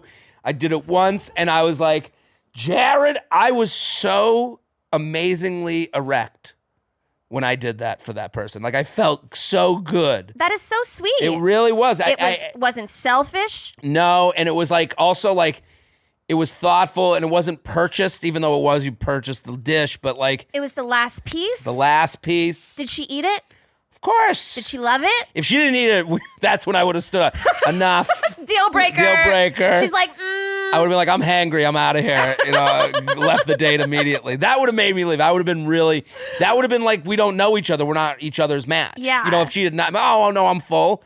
If she didn't realize the gravity Can you imagine of If she how was like, like, I just ate some bread. That's a great story. I love it. Well, the only Thank red you. flag I really had for you is that you just know the season to cheat. I know the season people do cheat. Not this guy. It's spring, you've had it, you were on the couch with your, significant other for the whole winter. Yeah. You're out. It happens. I love it. I think I'd have you back for a second date. I feel like Thank we're going to you. have some bread and I want to have some, Sop it up. yeah. I want to have a little taste testing situation here, like some coffee and wine. I think you're like a solid, I think you're a solid second date. I'll take it. There's a little check mark on it. Lauren approved. Yeah. There we go. I'll take it. This is not my new resume. I'll put it on the Hey. dating apps. I'll put it out there. Look, this is going to be a thing. If you're first date approved, I can't wait. So people can go listen to your podcast, You Up. They can go watch You your Up. special, 37 and Single. 37 and single. We got dating jokes, breakup jokes. There's gender reveal jokes that I know everyone like. That goes 100% for people. I talk a lot about late night eating. Talk about my parents. I talk about canceling, Gen Z canceling millennials. It's a very specific version of it. But then that's it. What's your favorite part of it? Your personal favorite the part? gender reveal joke? It just was so much fun to see people react to that joke. I Yeah. think like it just across the board. If you don't like that joke, you don't like fun comedy. Yeah. You're a loser. So take that. Like the other ones, I could go, yeah, I could have rewritten it better. Whatever. That one, I'm like, no. And also the late night eating at the end. I talk about late night eating a lot, and it happened in Dallas. This true story. And then at the end during the credits, there's I put hidden cameras in the green room, and I film my parents giving me shit. Oh. And it's like my mom and dad, and they're like fighting, and they're just like, they're characters. Like I just got written up in the New York Times, okay? Mm-hmm. They, they don't have a New York Times password. And it's like, and my mom goes, fabulous. And then my dad writes back, this is a group chat. I send the link to the New York Times review. My mom writes back, here, I'll read it to you right now. It's crazy. This is crazy. This is my parents to a T. And I'm on the road right now, and my shows right now are all talking about my parents. Uh-huh. It's a whole new hour, and it's all about going to the beach with my family. Oh, I And can't wait. It's so much fun to do, and like I'm watching people in the crowd with their parents, like hitting, like I'm watching guys like hit their dads, They're be like, like, "This is yeah, you!" exactly, like you fucking loser, like it's yeah, the same shit. I've been trying to tell you, you piece of shit, and it's my greatest pleasure. And so I sent the article, the New York Times article, to my parents, and then my mom wrote back, fabulous, like most mom. What did it say? I can't get the New York Times. My dad writes back, how do you know it's fabulous then? This is my New York Times review. And then my mom writes back, because they mentioned Jared Fried. That's her response. What a lovely mom. We're not a New York Times family. We're a USA Today, look at the graphs family. Yeah. That's- just flip through the photos. Yeah, that's us. Y'all are People Magazine. We're People Magazine, stupid state school idiots. And so, yeah, I'm on the road. If people want to come, I would love to have you guys there. Where can people find you? JaredFree.com. I'm going to Huntington, Long Island. There's a lot of room. It might be me talking to like 7 bartenders at a theater. That's I awesome. took a chance. See, no, it's awesome if 5 people show up. That's a private show. Me and some 7 bartenders. Yeah, it's me and 7 bartenders. This is my next special. that sounds like every show I do. Charlotte. We should go on the road together. We got Some people 7 sell out, bartenders. I clear out. People Yeah. are like, oh, Lauren's going to be there? I come go see a movie. everyone out. Yeah, done. Yeah, no, that's me right now in Huntington, Long Island. I'm doing better other places. I don't know, Charlotte, Philly, D.C., Baltimore, Dania Beach, Portland, Oregon, Phoenix, San Diego, Boston, Chicago. Chicago I do well because it's like, that town's like me. Like, Yeah. zip You're doing up all 52 sweatshirts. states. I do them all love that. 57. So there you go. There we So go. you can find Jared everywhere in the world. Everywhere. Everywhere in the world. Thank you so much for having me. Thank you. We'll see you guys next time. First date, baby. Are you really drinking a glass of milk with dinner? First date, I can't wait. You told your mom about me? Just say you're ready. Delete my number. First date, Your parents are your roommates?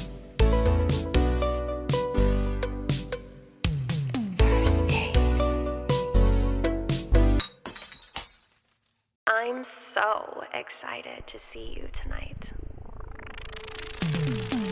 First date, baby. First date, I can't wait. First date.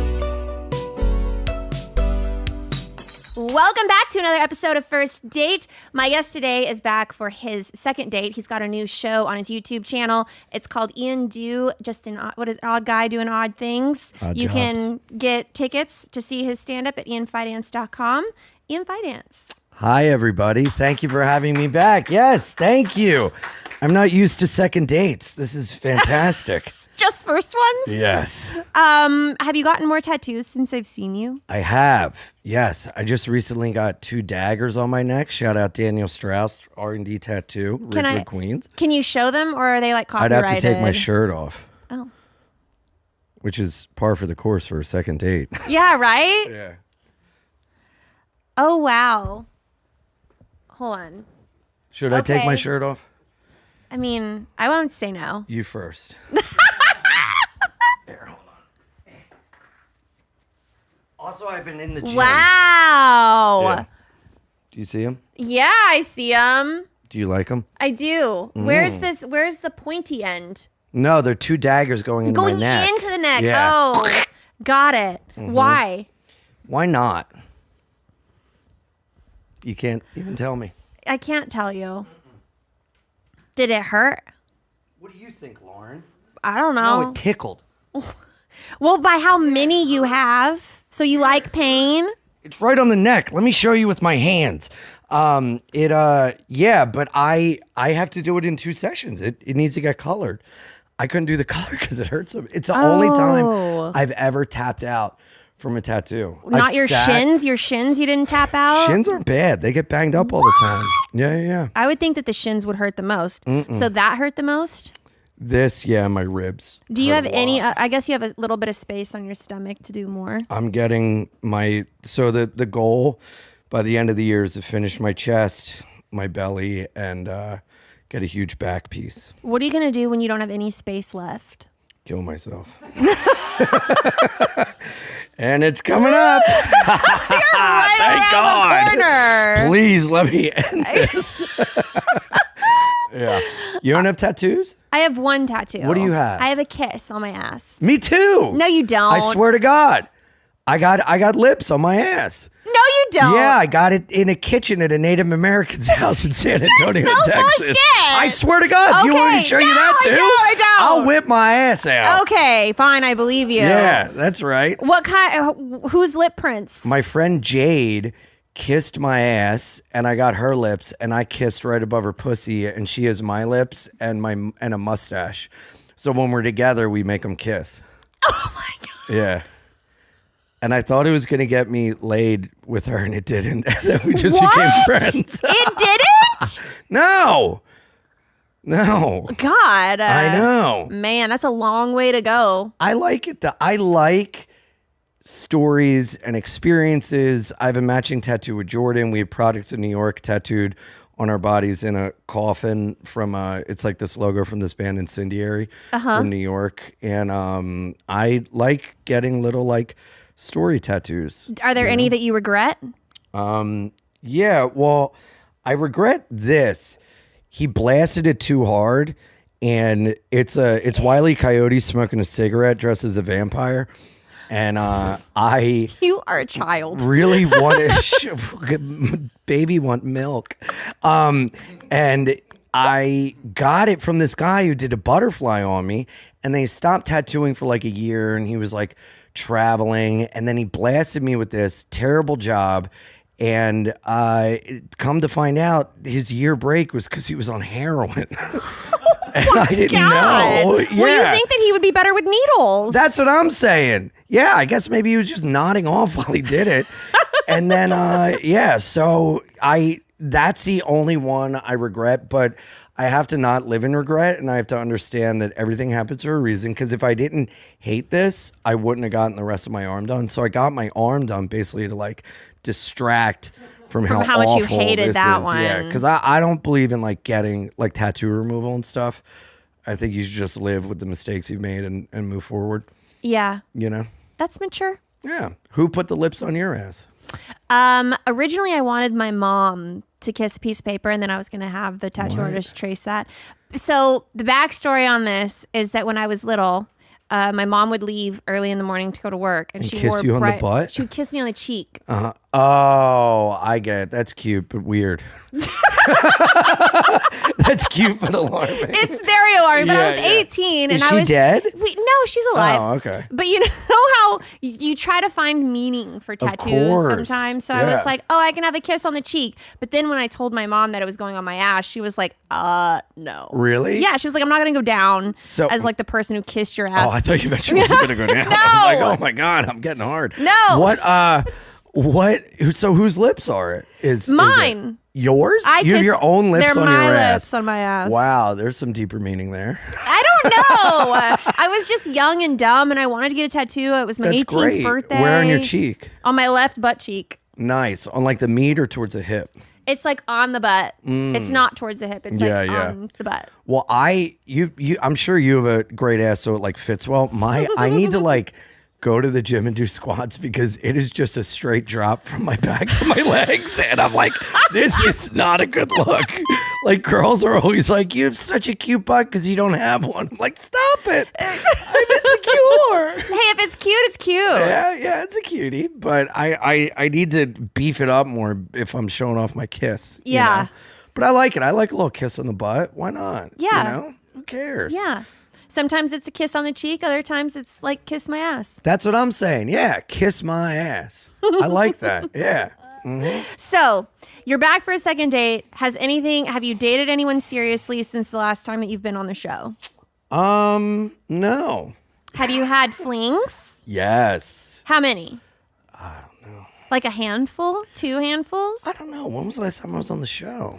Like Well, the a year or last time two I ago? saw you was a live show. Oh, that was really fun. Did yeah. you? I want to get back into doing Dude, those again. I had so much fun on that show. It was a fun great. show. Yeah. And you were a great host with like keeping the questions rolling and then having me and Tom there to pepper in jokes. It was great. And dude, the freaks you found for that show was amazing. They're the best. Yeah. The local talent. Yeah. In this and town. they're comics too. So and there's so many great comics in Austin. Like they know how to like pepper in little jokes while they're doing their, interview thing. So Yeah. it was really fun. I enjoyed it. But I've had a bunch of flings, but nothing serious. I did date a gal for about a month and she broke up with me twice. And In a month? yeah, it was like, well, she lived in LA and she works in she's a working gal in the moving pictures, Okay. pornography. Oh, really? And yeah, which Hot. I don't care. It's cool. Make your bag, Yeah. If you're shooting a scene tomorrow, let's hang out tonight and take a couple showers, but go. I don't care, But yeah, and it was cool though in a way because I really liked her and I told myself I will try again and try to make this work. And initially we just had like a fling and then she was like, I need to be monogamous. I don't like that, girls are like commenting on your things or like Hold whatever. on, a porn star is saying this? Well, because a lot of them, it's a job. They're working when they're on set. And then in their private life, things are like very different. So that kind of fucked me up because when we were having sex for the first time, she was like, what do you like? What do you like? And I was like, in my head, I was like, oh my God, she's heard everything. Like, I have to think of another word for butthole. Like, Yeah. She knows everything. So I panicked. I just went, all of this is good. And that was like not appealing. And so I, really liked the fact that our sex was like very intimate and very like loving and everything because everything she does on set is like for work and performative. And so I really like that. But then, she hit me with the monogamous thing and I haven't done that in like 4 years.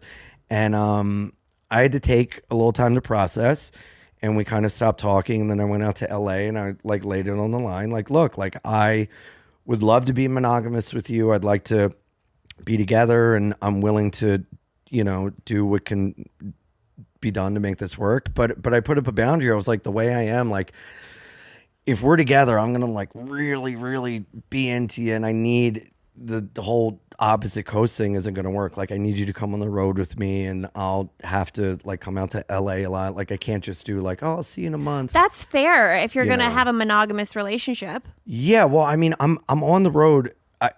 The most I've been in New York since December was 8 days. I've been on the road every weekend since December, and I love it. I'm having the time of my life, but it's like intensely lonely. And if I have a partner, I'd like them to be with me, but it's a big ask to be like, come to Appleton, Wisconsin for the weekend. You Yeah. know, come to Oklahoma City. But so then we got together, and then like I was like, yeah, let's give it a shot. Let's make it work. And she was like, what do you mean give it a shot? You don't sound too into it. And I'm like, what? What? And yeah. It was kind of like a little like, whew. And then like 3 days later, she called and was like, listen, like, I don't think I can do this. I am like a very jealous person, and so I kind of like had gotten a vibe. So I was like, I get it, totally cool. Like I But was very. she initiated this whole thing of wanting to be monogamous, and then Yeah, but she hadn't been in. I can't get mad at her. She hadn't been in a relationship in a while. This was her first kind of serious thing in a long time, and so it's hard dipping your toe into that world, and you can overthink things, and I can't like get mad at her for that. But I was proud of myself because I was like, you know what? I put it out there. I told myself I was going to try.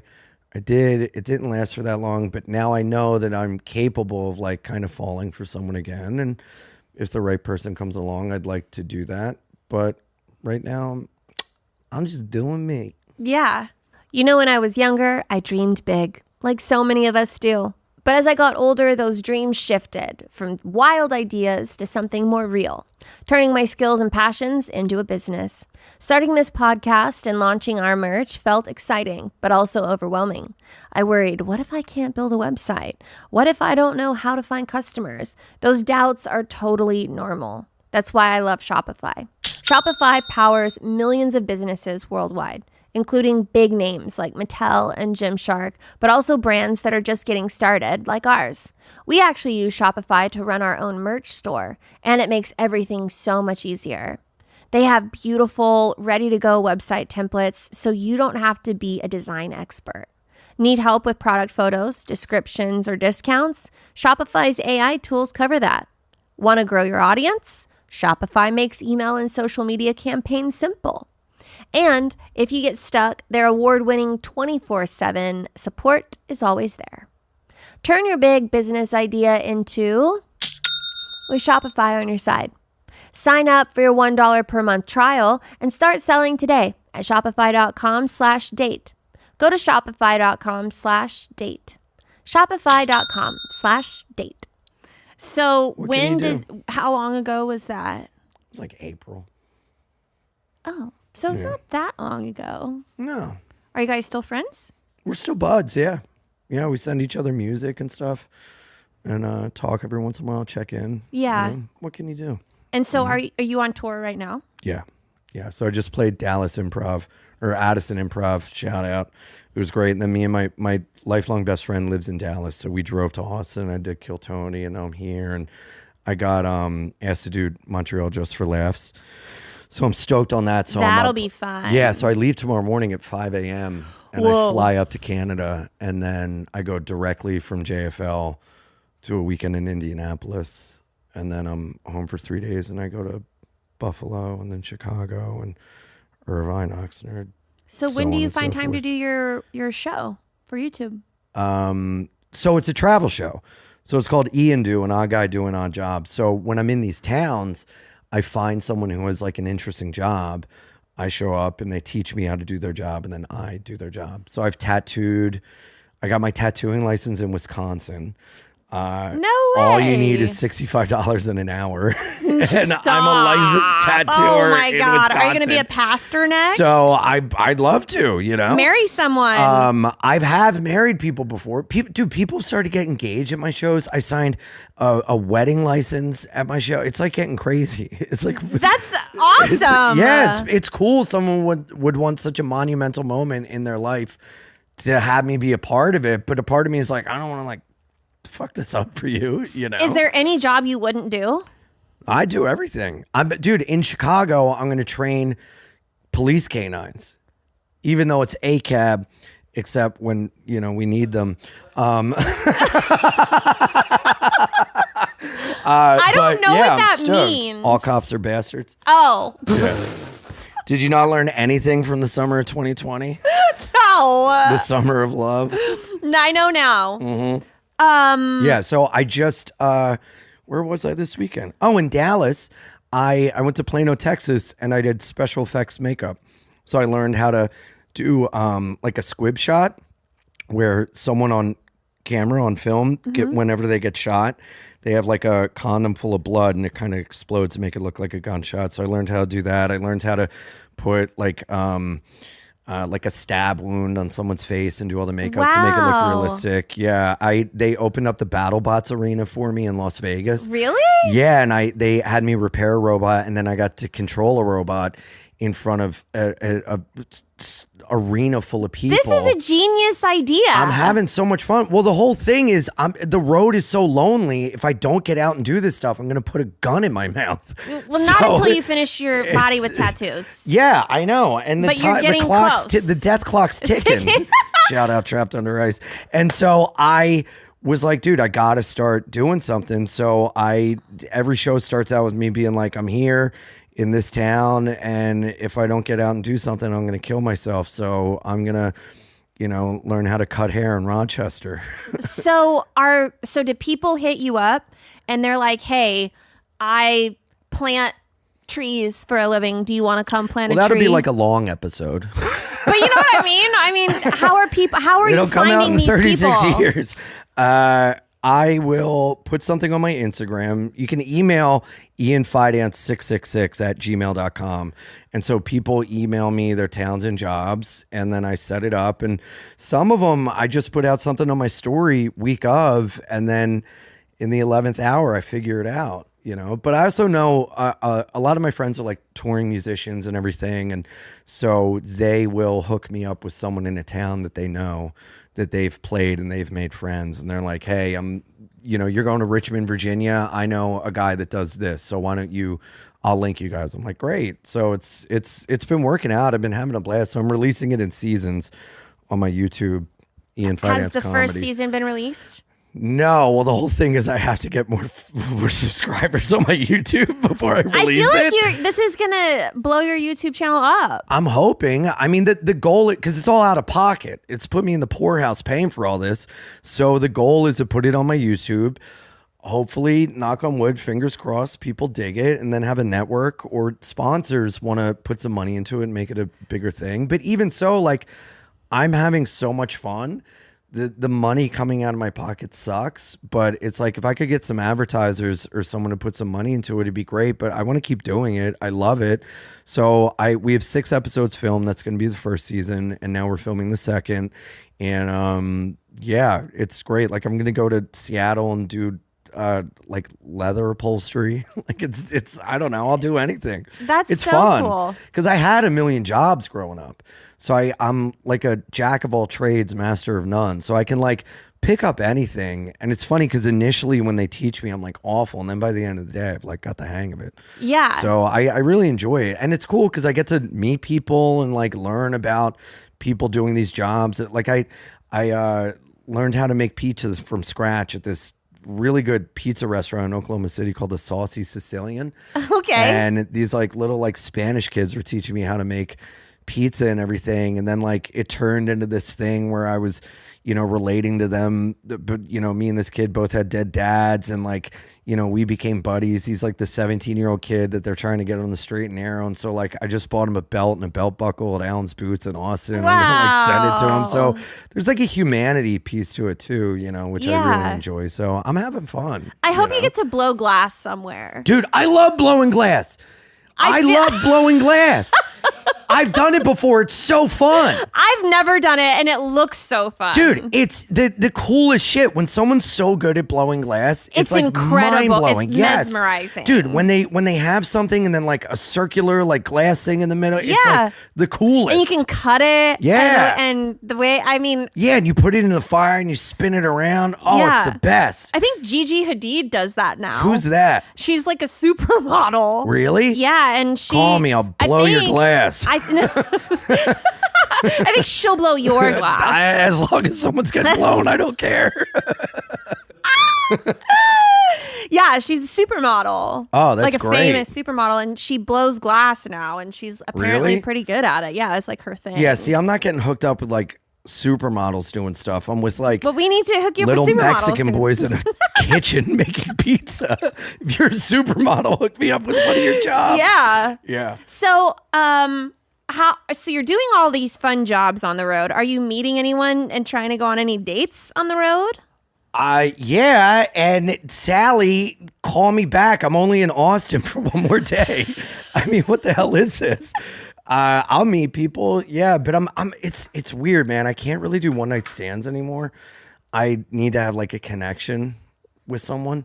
So I'll have like a girlfriend for the weekend, and then we stay in touch, and then the next time I'm in that town, I'll see them, and it's like nice, but I can't just like hook up with someone and then like never See them again? yeah, like I'm like old. I think like have to like get into like sad. what's sad. I think one night stands are kind of sad. Yeah, I mean they could be hot, but dude, some people like this dude. Oh my god, God bless you. But this girl showed up in like fishnets and a shirt that said "slut," and she's like, "I got a hotel room. Come by tonight. I just need one night." And I was like, "No, I just." Call your father, like go to church, you know. I just want to watch Forensic Files alone, you know. But like I don't know if I love meeting people and making connections, or even if I just make a friend, it's great. Like my friend Jade, like we didn't hook up, but now every time I go to San Antonio, I go out to dinner with like her and her friends and like all the Native Americans that were in the kitchen when I got tattooed on the table. Like I just like making friends, and it's nice because it can get like intensely lonely on the road, you know, and then you're like, you know, I get off stage after doing like 2 hours. I do an hour set, and then the meet and greet takes like, you know, an hour, and it's just my brain's bursting with endorphins. I'm just like left alone in a hotel room. And if I meet someone, I'm like, look, we don't have to have sex, but if you want to like eat chips and hang out in my hotel room, I don't care. Like, Yeah, just to let's hang go out. shoot darts or whatever. Yeah, like I really love ping pong, so like, but I have to have like not just like anyone, you know, because there are like because I'm open about my sexuality. A lot of like couples want me to like fuck them, and it's never like you and Gigi Hadid. It's two people that look like Bebop and Rocksteady, or like they just were born at a Renaissance fair. They're like, my fingernails haven't been cut in 3 years. Let's play comb the grease out of my husband's Yikes. hair. And I'm like, get away from me. That's who you're referencing? yeah. It's always one pig and no. one rhino looking motherfucker. Oh my God. That would give me nightmares. Some guy with thinning hair and a girl that's like really, you know, the Lizzo. same size as him. Yikes. You know, I appreciate the love. Keep buying tickets, but I don't want to fuck you. Oh my God. So how do you tell? I mean, do you just say no? Let's role play. Ready? Yes. Oh, Ian, you're so funny and you don't look like you have a costume face. Do you want to fuck me and my husband tonight? These people think they're comics. I was just making a joke. Oh. They don't say that. I'm like, oh my God. I was like reassuring myself. That you didn't look like that.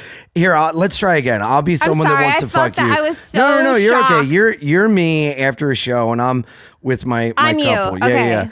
Hey, Ian, you have value, and people like you, even though you tell yourself a story in your head that they don't. It's okay being 40 with cats. Do you want to fuck me and my husband? Ooh, I don't know. I need to get to bed by 7 p.m. tonight. Okay, well, it's actually 11:30, so you're a liar. Yeah, well, you're ugly. Jesus, Lauren. That's not how you handle it. Oh my God. Holy shit. I don't know about that. Here, I'll be me. You be the couple. I be the person coming up to you? Yeah. Okay. Hey, and we know that you're bi. Yes, I'll fuck you. Oh, God! That's a Lauren, I'll fuck you. I'll suck you. I'll fuck you. Whatever. Let's get out of here. I'll kill for you. But we have to be monogamous from Okay, here on out. anything. Jesus Christ. All right. I'll fart through a speakerphone and I'll love you forever. Ian, we gotta get you like a permanent person. Yeah, I'd like that. How do Eventually. how do we get you a permanent person? I don't know. If I learned anything from Beauty and the Beast, you got to lock them in your castle until they love you.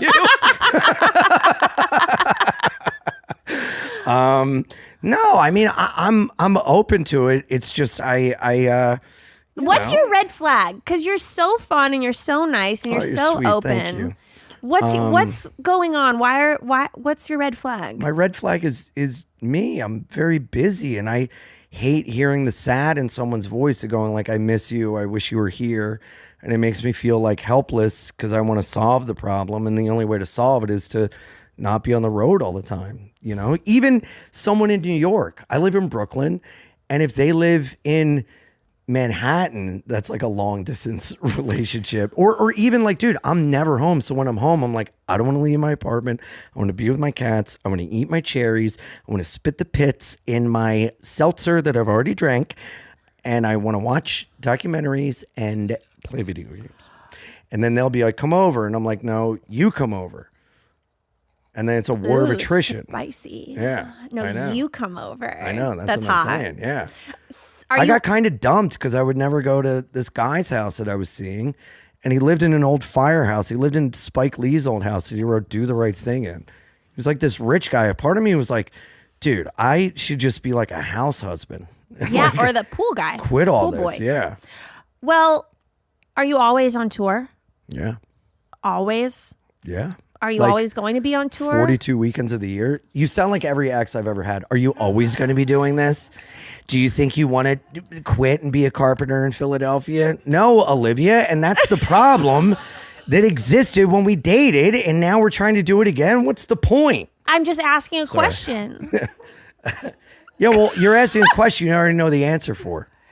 Okay, I didn't know we were dating.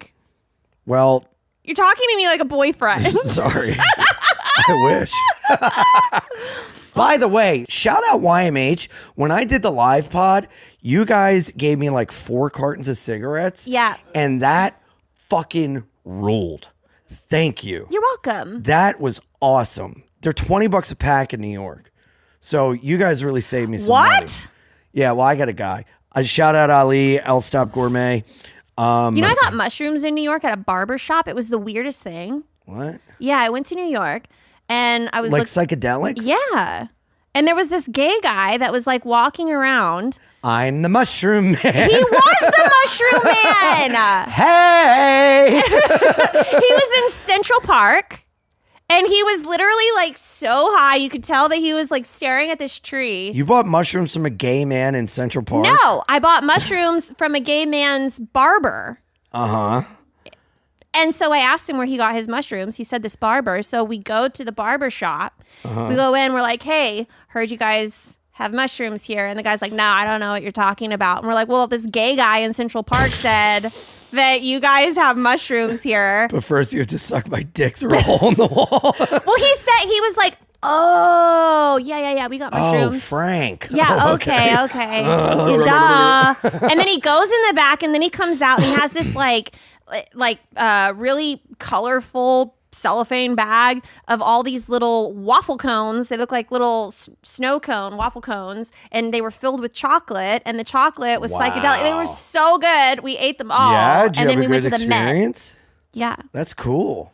But I get like Nice. shaky and vomit if I eat them. So after like 2 hours, I it haven't wasn't done good. that shit in like 10. I'm 10 years sober. I haven't done that shit in forever, man. Well, if you want some, I know a gay guy. I do not want some. I'm sober.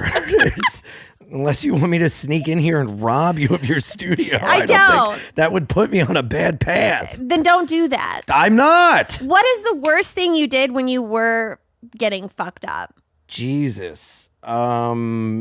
Like worst situation I got in? Yeah. I mean, one time I woke up naked in this guy's bed, and he was like, I woke up, I was like, whoa, how'd I get here? He's like, well, you met me in a pizza shop last night, and you bet me a slice of pizza I couldn't fuck you in the ass. And I was like, what? He's like, yeah, you were making a real big stink about it, so I brought you home. I was like, well, did you fuck me in the ass? He's like, no, you wouldn't let me, and you passed out naked in my bed like a fat pig. And I was like, well, Charles, looks like you owe me a slice of pizza. Wow. One time I met this gay guy at this gay bar I used to go to, and I lied to him and told him I was a writer for SNL, and I'd look at his script. So his script was called Lower East Side Ballers, and it was a musical about these street basketball players trying to make it in the Big Apple. And I wish I still had it, because I would love to do a table read of this horrific musical this bald black gay man from the Lower East Side wrote. And he blew me while I read it, and then I couldn't get hard because I was on cocaine, and then I stole his coke. And I'll never forget leaving his apartment. He was like, where's my coke? And I was like, I don't know, but I'll get back to you about the script. And I just like ran down the road. It sounds like you had a lot of fun. Yeah, no. And then my last run, I was bleeding out of my left nostril, snorting out of my right, puking in a toilet. And I drank hand sanitizer in a Greyhound bus headed to an ex-girlfriend's house because I got kicked out of a bar and they stopped serving me. So it was a lot of fun. Until it wasn't. Yeah. You know, what can you do? Quit. Yeah, I did. For 10 years? 10 years and counting. That's awesome. By the grace of God. Congratulations. Yeah. Thanks. My life's infinitely better. Do you still find yourself in fun situations? All the time.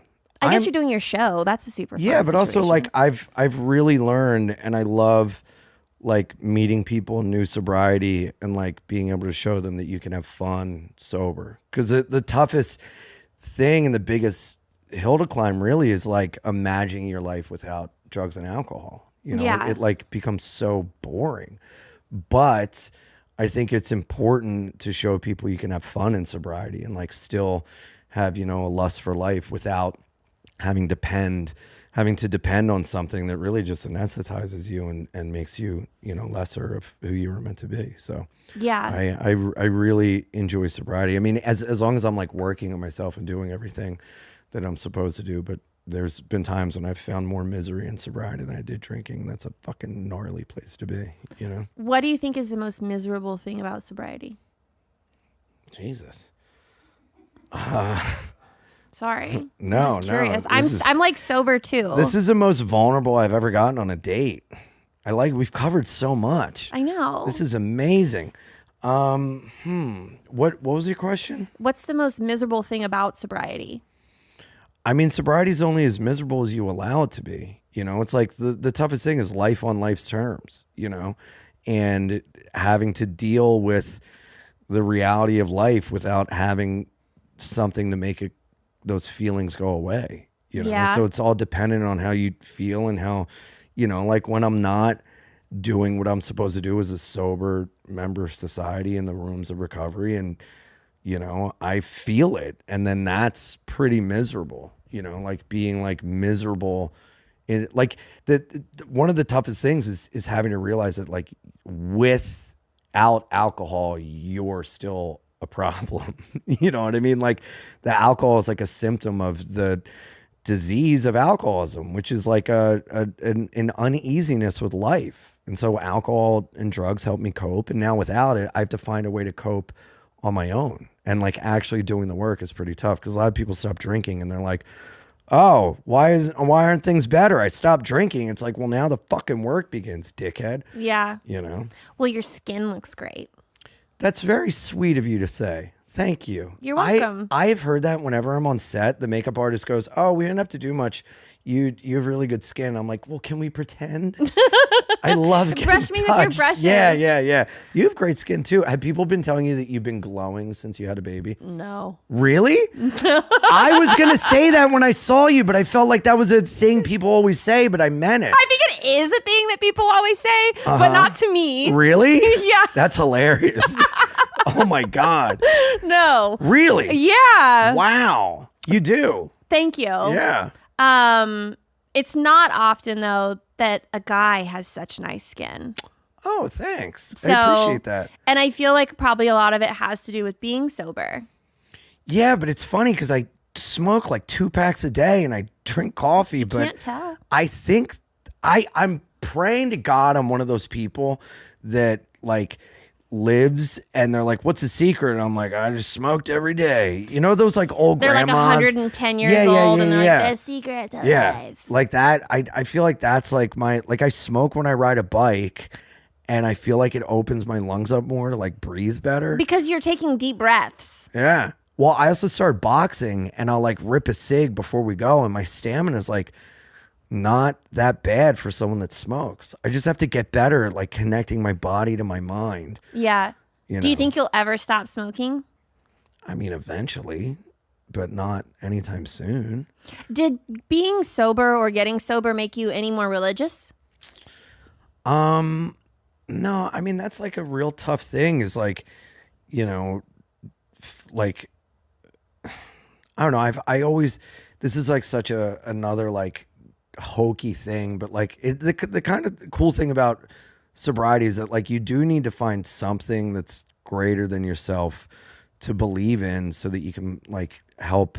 Like if I believe that something helped you get sober and I want your sobriety, then I need to believe that something can help me get sober, and whether it's another person or people or, you know, something out there. But I've kind of evolved to where I have like a buffet of my idea of like God and a code of conduct. Like I really love like Native American spirituality, Buddhism, some tenets of Islam I really love.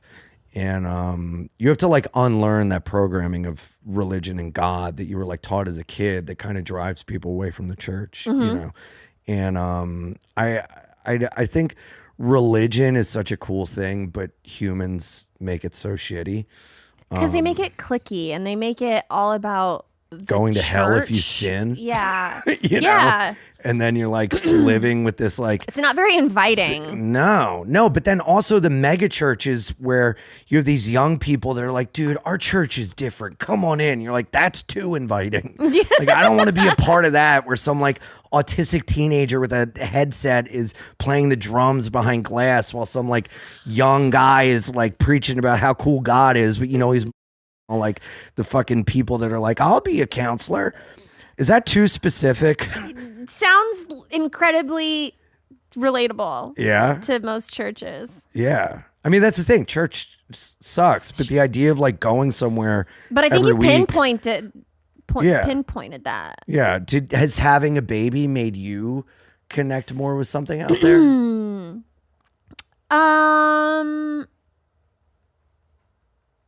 I think that having a baby has made me connect more with technology. What? Yeah. How? There is so much technology. See, I don't like that. That makes you like a spy helicopter parent that's like, I have to watch every single second. No.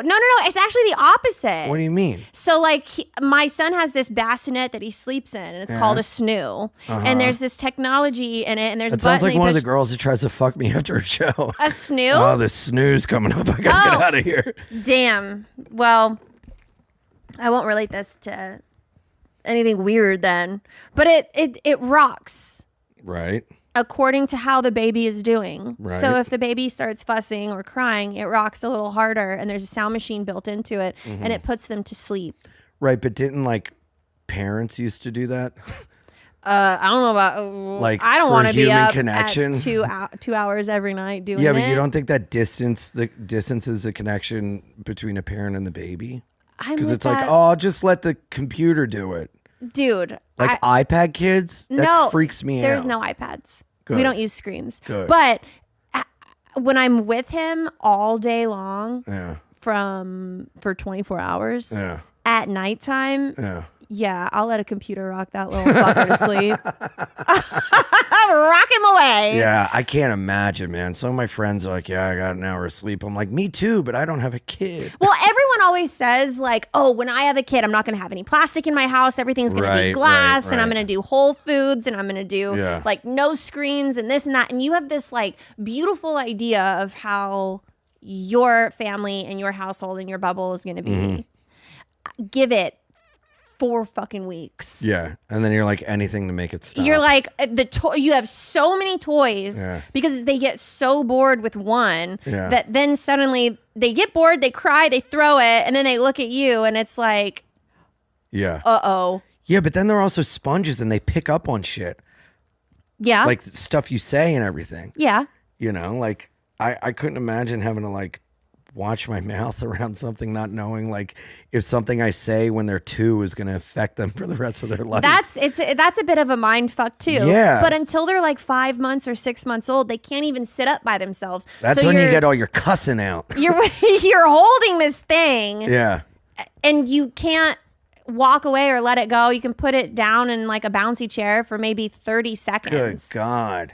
And you have to, and that's like your one window to go to the bathroom. I know. And then they're Hearing all- scream crying when you come Hearing back. all this Do really I makes sound me- frustrated? Hearing all this really makes me empathize with Casey Anthony. You know? You know she has a boyfriend? She just needed some time off. Does she? She does. Wow. I randomly saw on Instagram that she's Really? like dating someone now. Whoa. She's got like a serious I wonder what that relationship. first date's like. I don't know. Let's role play. See, look, that's her. Is that her? Yeah, she's She on a was date. so much hotter when she was in prison. Yeah, there's something about a murder on the loose. She Murderer. really has just dead eyes. I wonder why. Is that the guy? I think so. That guy looks like Freddy Krueger without the makeup. That's I crazy. can't see that far. That's crazy. Freddie. Looks like Robert Englund. Shit, is that him at the bottom right? Yeah. No. I think that's like her dad. Oh my God. Oh, whoa. Who's that? Golly. Oh, God. Estranged wife? Why did I have to say it Ah. so weirdly? Put that forehead away. I was just going to say, it Good kind of God. bulges out. I guess is it like a requirement in jail to tweeze your eyebrows to death? What the hell is that? I think she's doing that with her fingers. Man. Right? Doesn't it? It's the same guy. Wow. Wow. He had a facelift. Damn. How'd they meet? How'd you pinpoint that?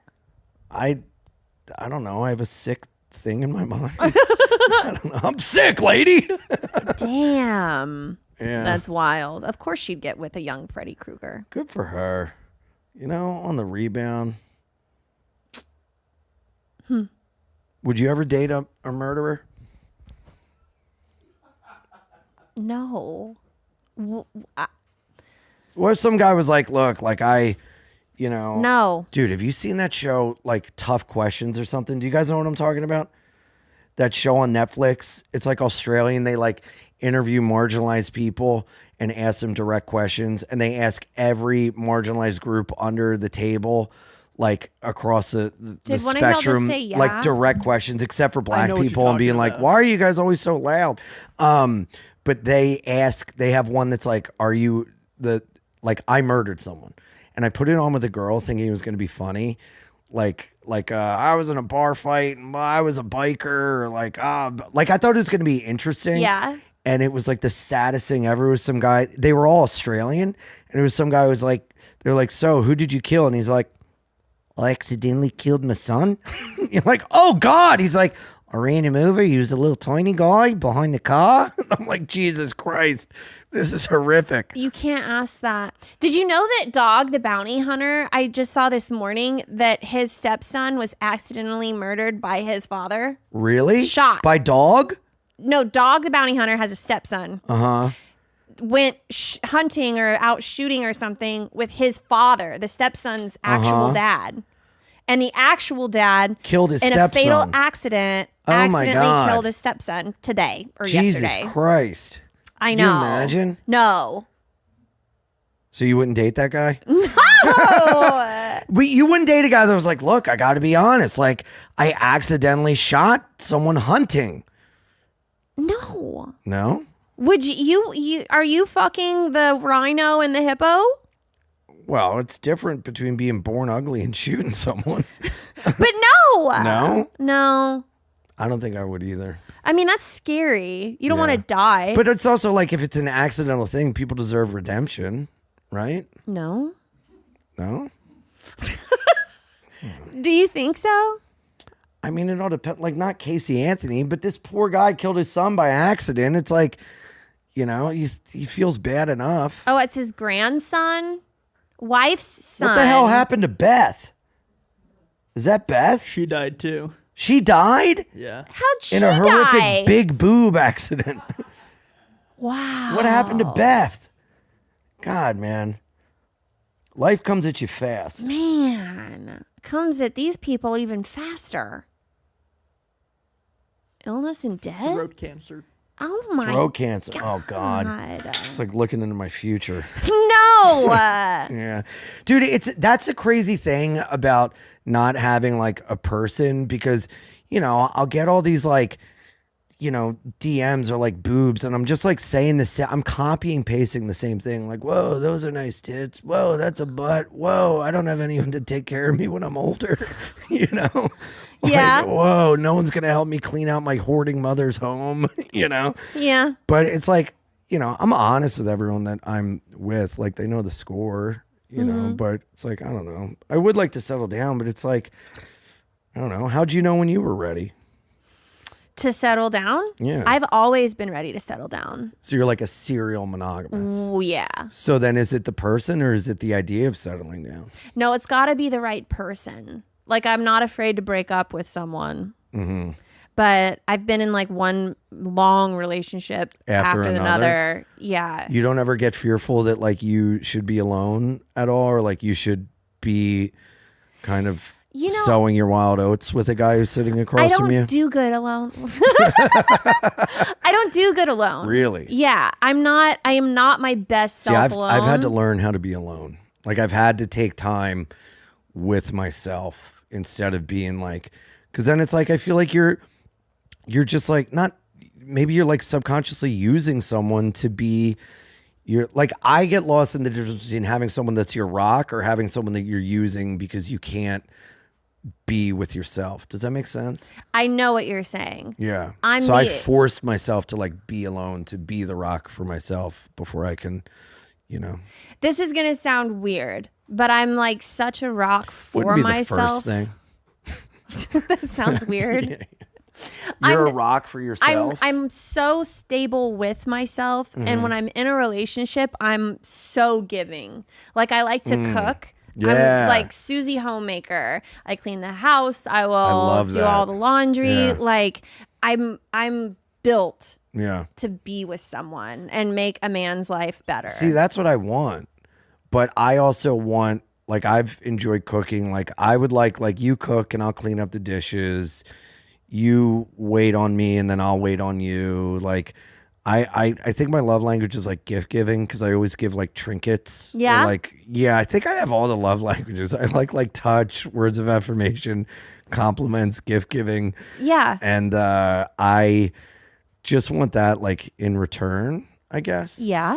But I don't want to become lazy because I lived with one person and we became like roommates instead of like partners. Does that make sense? Yeah. And I don't want to do that again. So I think I had to learn how to like be on my own so I don't slip into like being like lazy in a relationship again. But now I've been on my own so long, I'm like, I don't think I ever want to live with someone again. I really like my life, you know? Yeah. A part of me is like, dude, I'll just be a bachelor and I've thrown myself into my friendships. I used to get really upset, like I'd come home and I'd have no one, but it's like, so now I go and meet up with friends or I do an activity to make myself not just be like a fucking slug at home. You know? Yeah.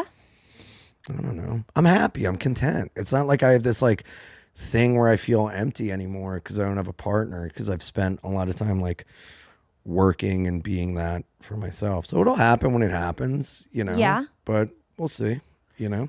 Well, I hope you meet someone that makes you happy, that you can have. What if the next time I come back I'm like married?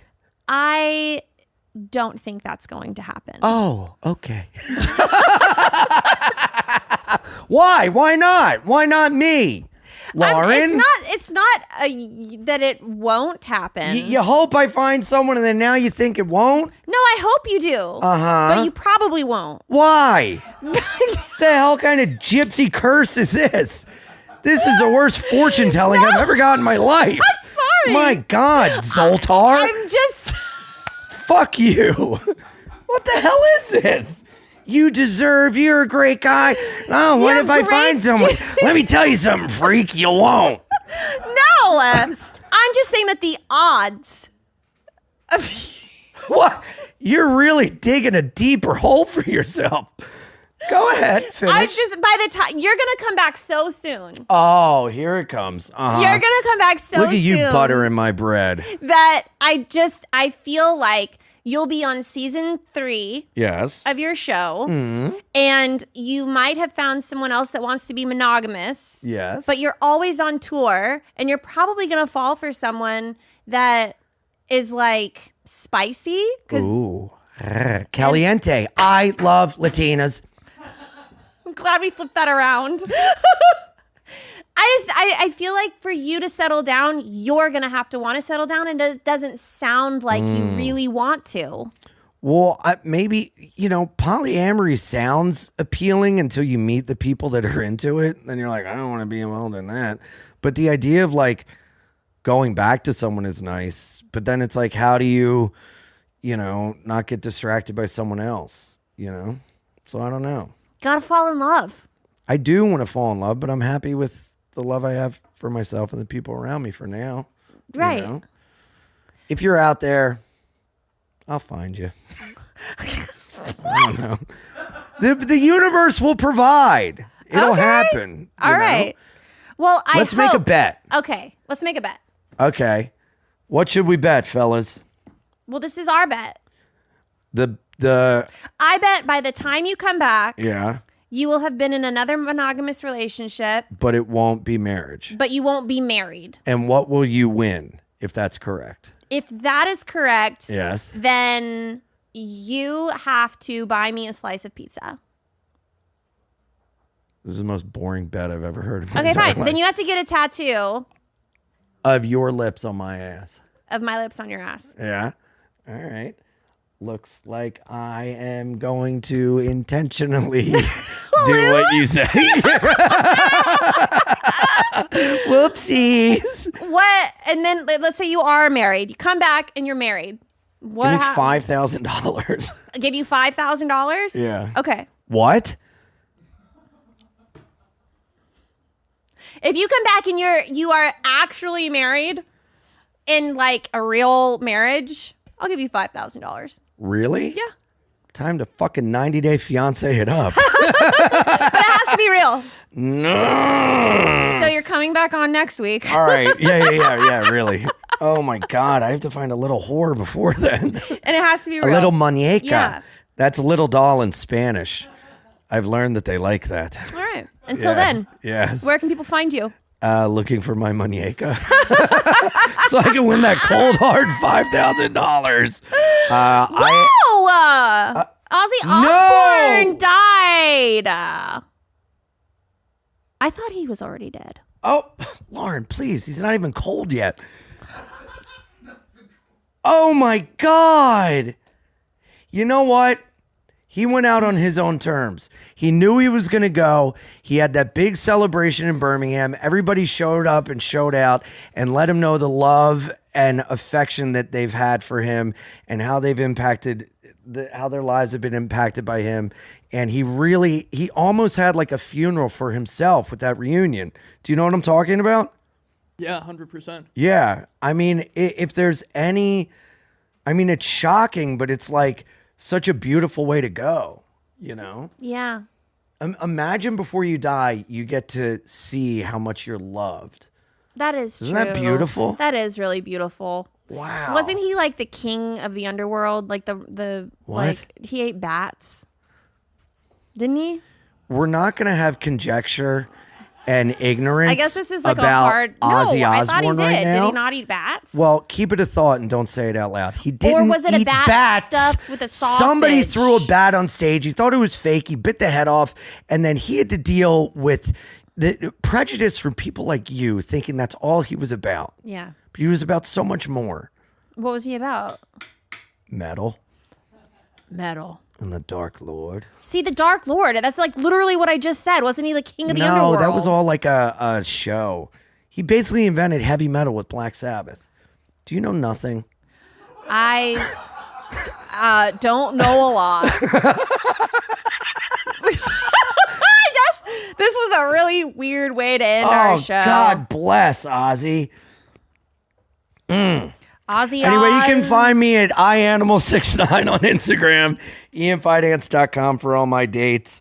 My walk-up song will now be "Crazy Train" in memory of Ozzy. He's finally with Randy Rhoads in heaven. His best friend and guitarist that died in a plane accident many moons ago. Dark of the moons ago. Sorry, my autism's coming out about music. Wow. Man, that honestly though, you can't be sad. He had such a beautiful send-off. I'm not sad. You don't know anything about what's going on. So this means nothing to you. Maybe if they were like, oh, star of Shahs of Sunset Millionaire House died, you'd be like, oh, tragic. Yeah. But this is real life. This isn't some influencer on a TV show. Let's put it this way. I just found out that he was in Black Sabbath. Warren! Oh! I thought he was a solo artist. Now that I know you have expendable $5,000, I'm just gonna rob you and leave. You're not on drugs anymore. That's not what your you think. That's not your style. I'm gonna snort some ants in memory of Ozzy. Man, so Ozzy Osbourne was not a solo artist, did not eat Stop! bats, was in Black Sabbath. Damn. Sucks. That sucks. Dude, I would love the next article to come out, like reactions to Ozzy, and it's just Lauren being like, sucks.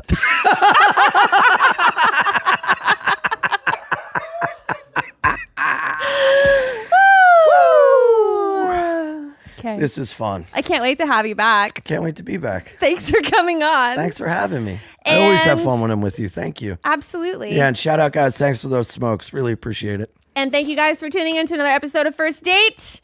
We'll see what happens next time. First date, baby. Are you really drinking a glass of milk with dinner? First date, I can't wait. You told your mom about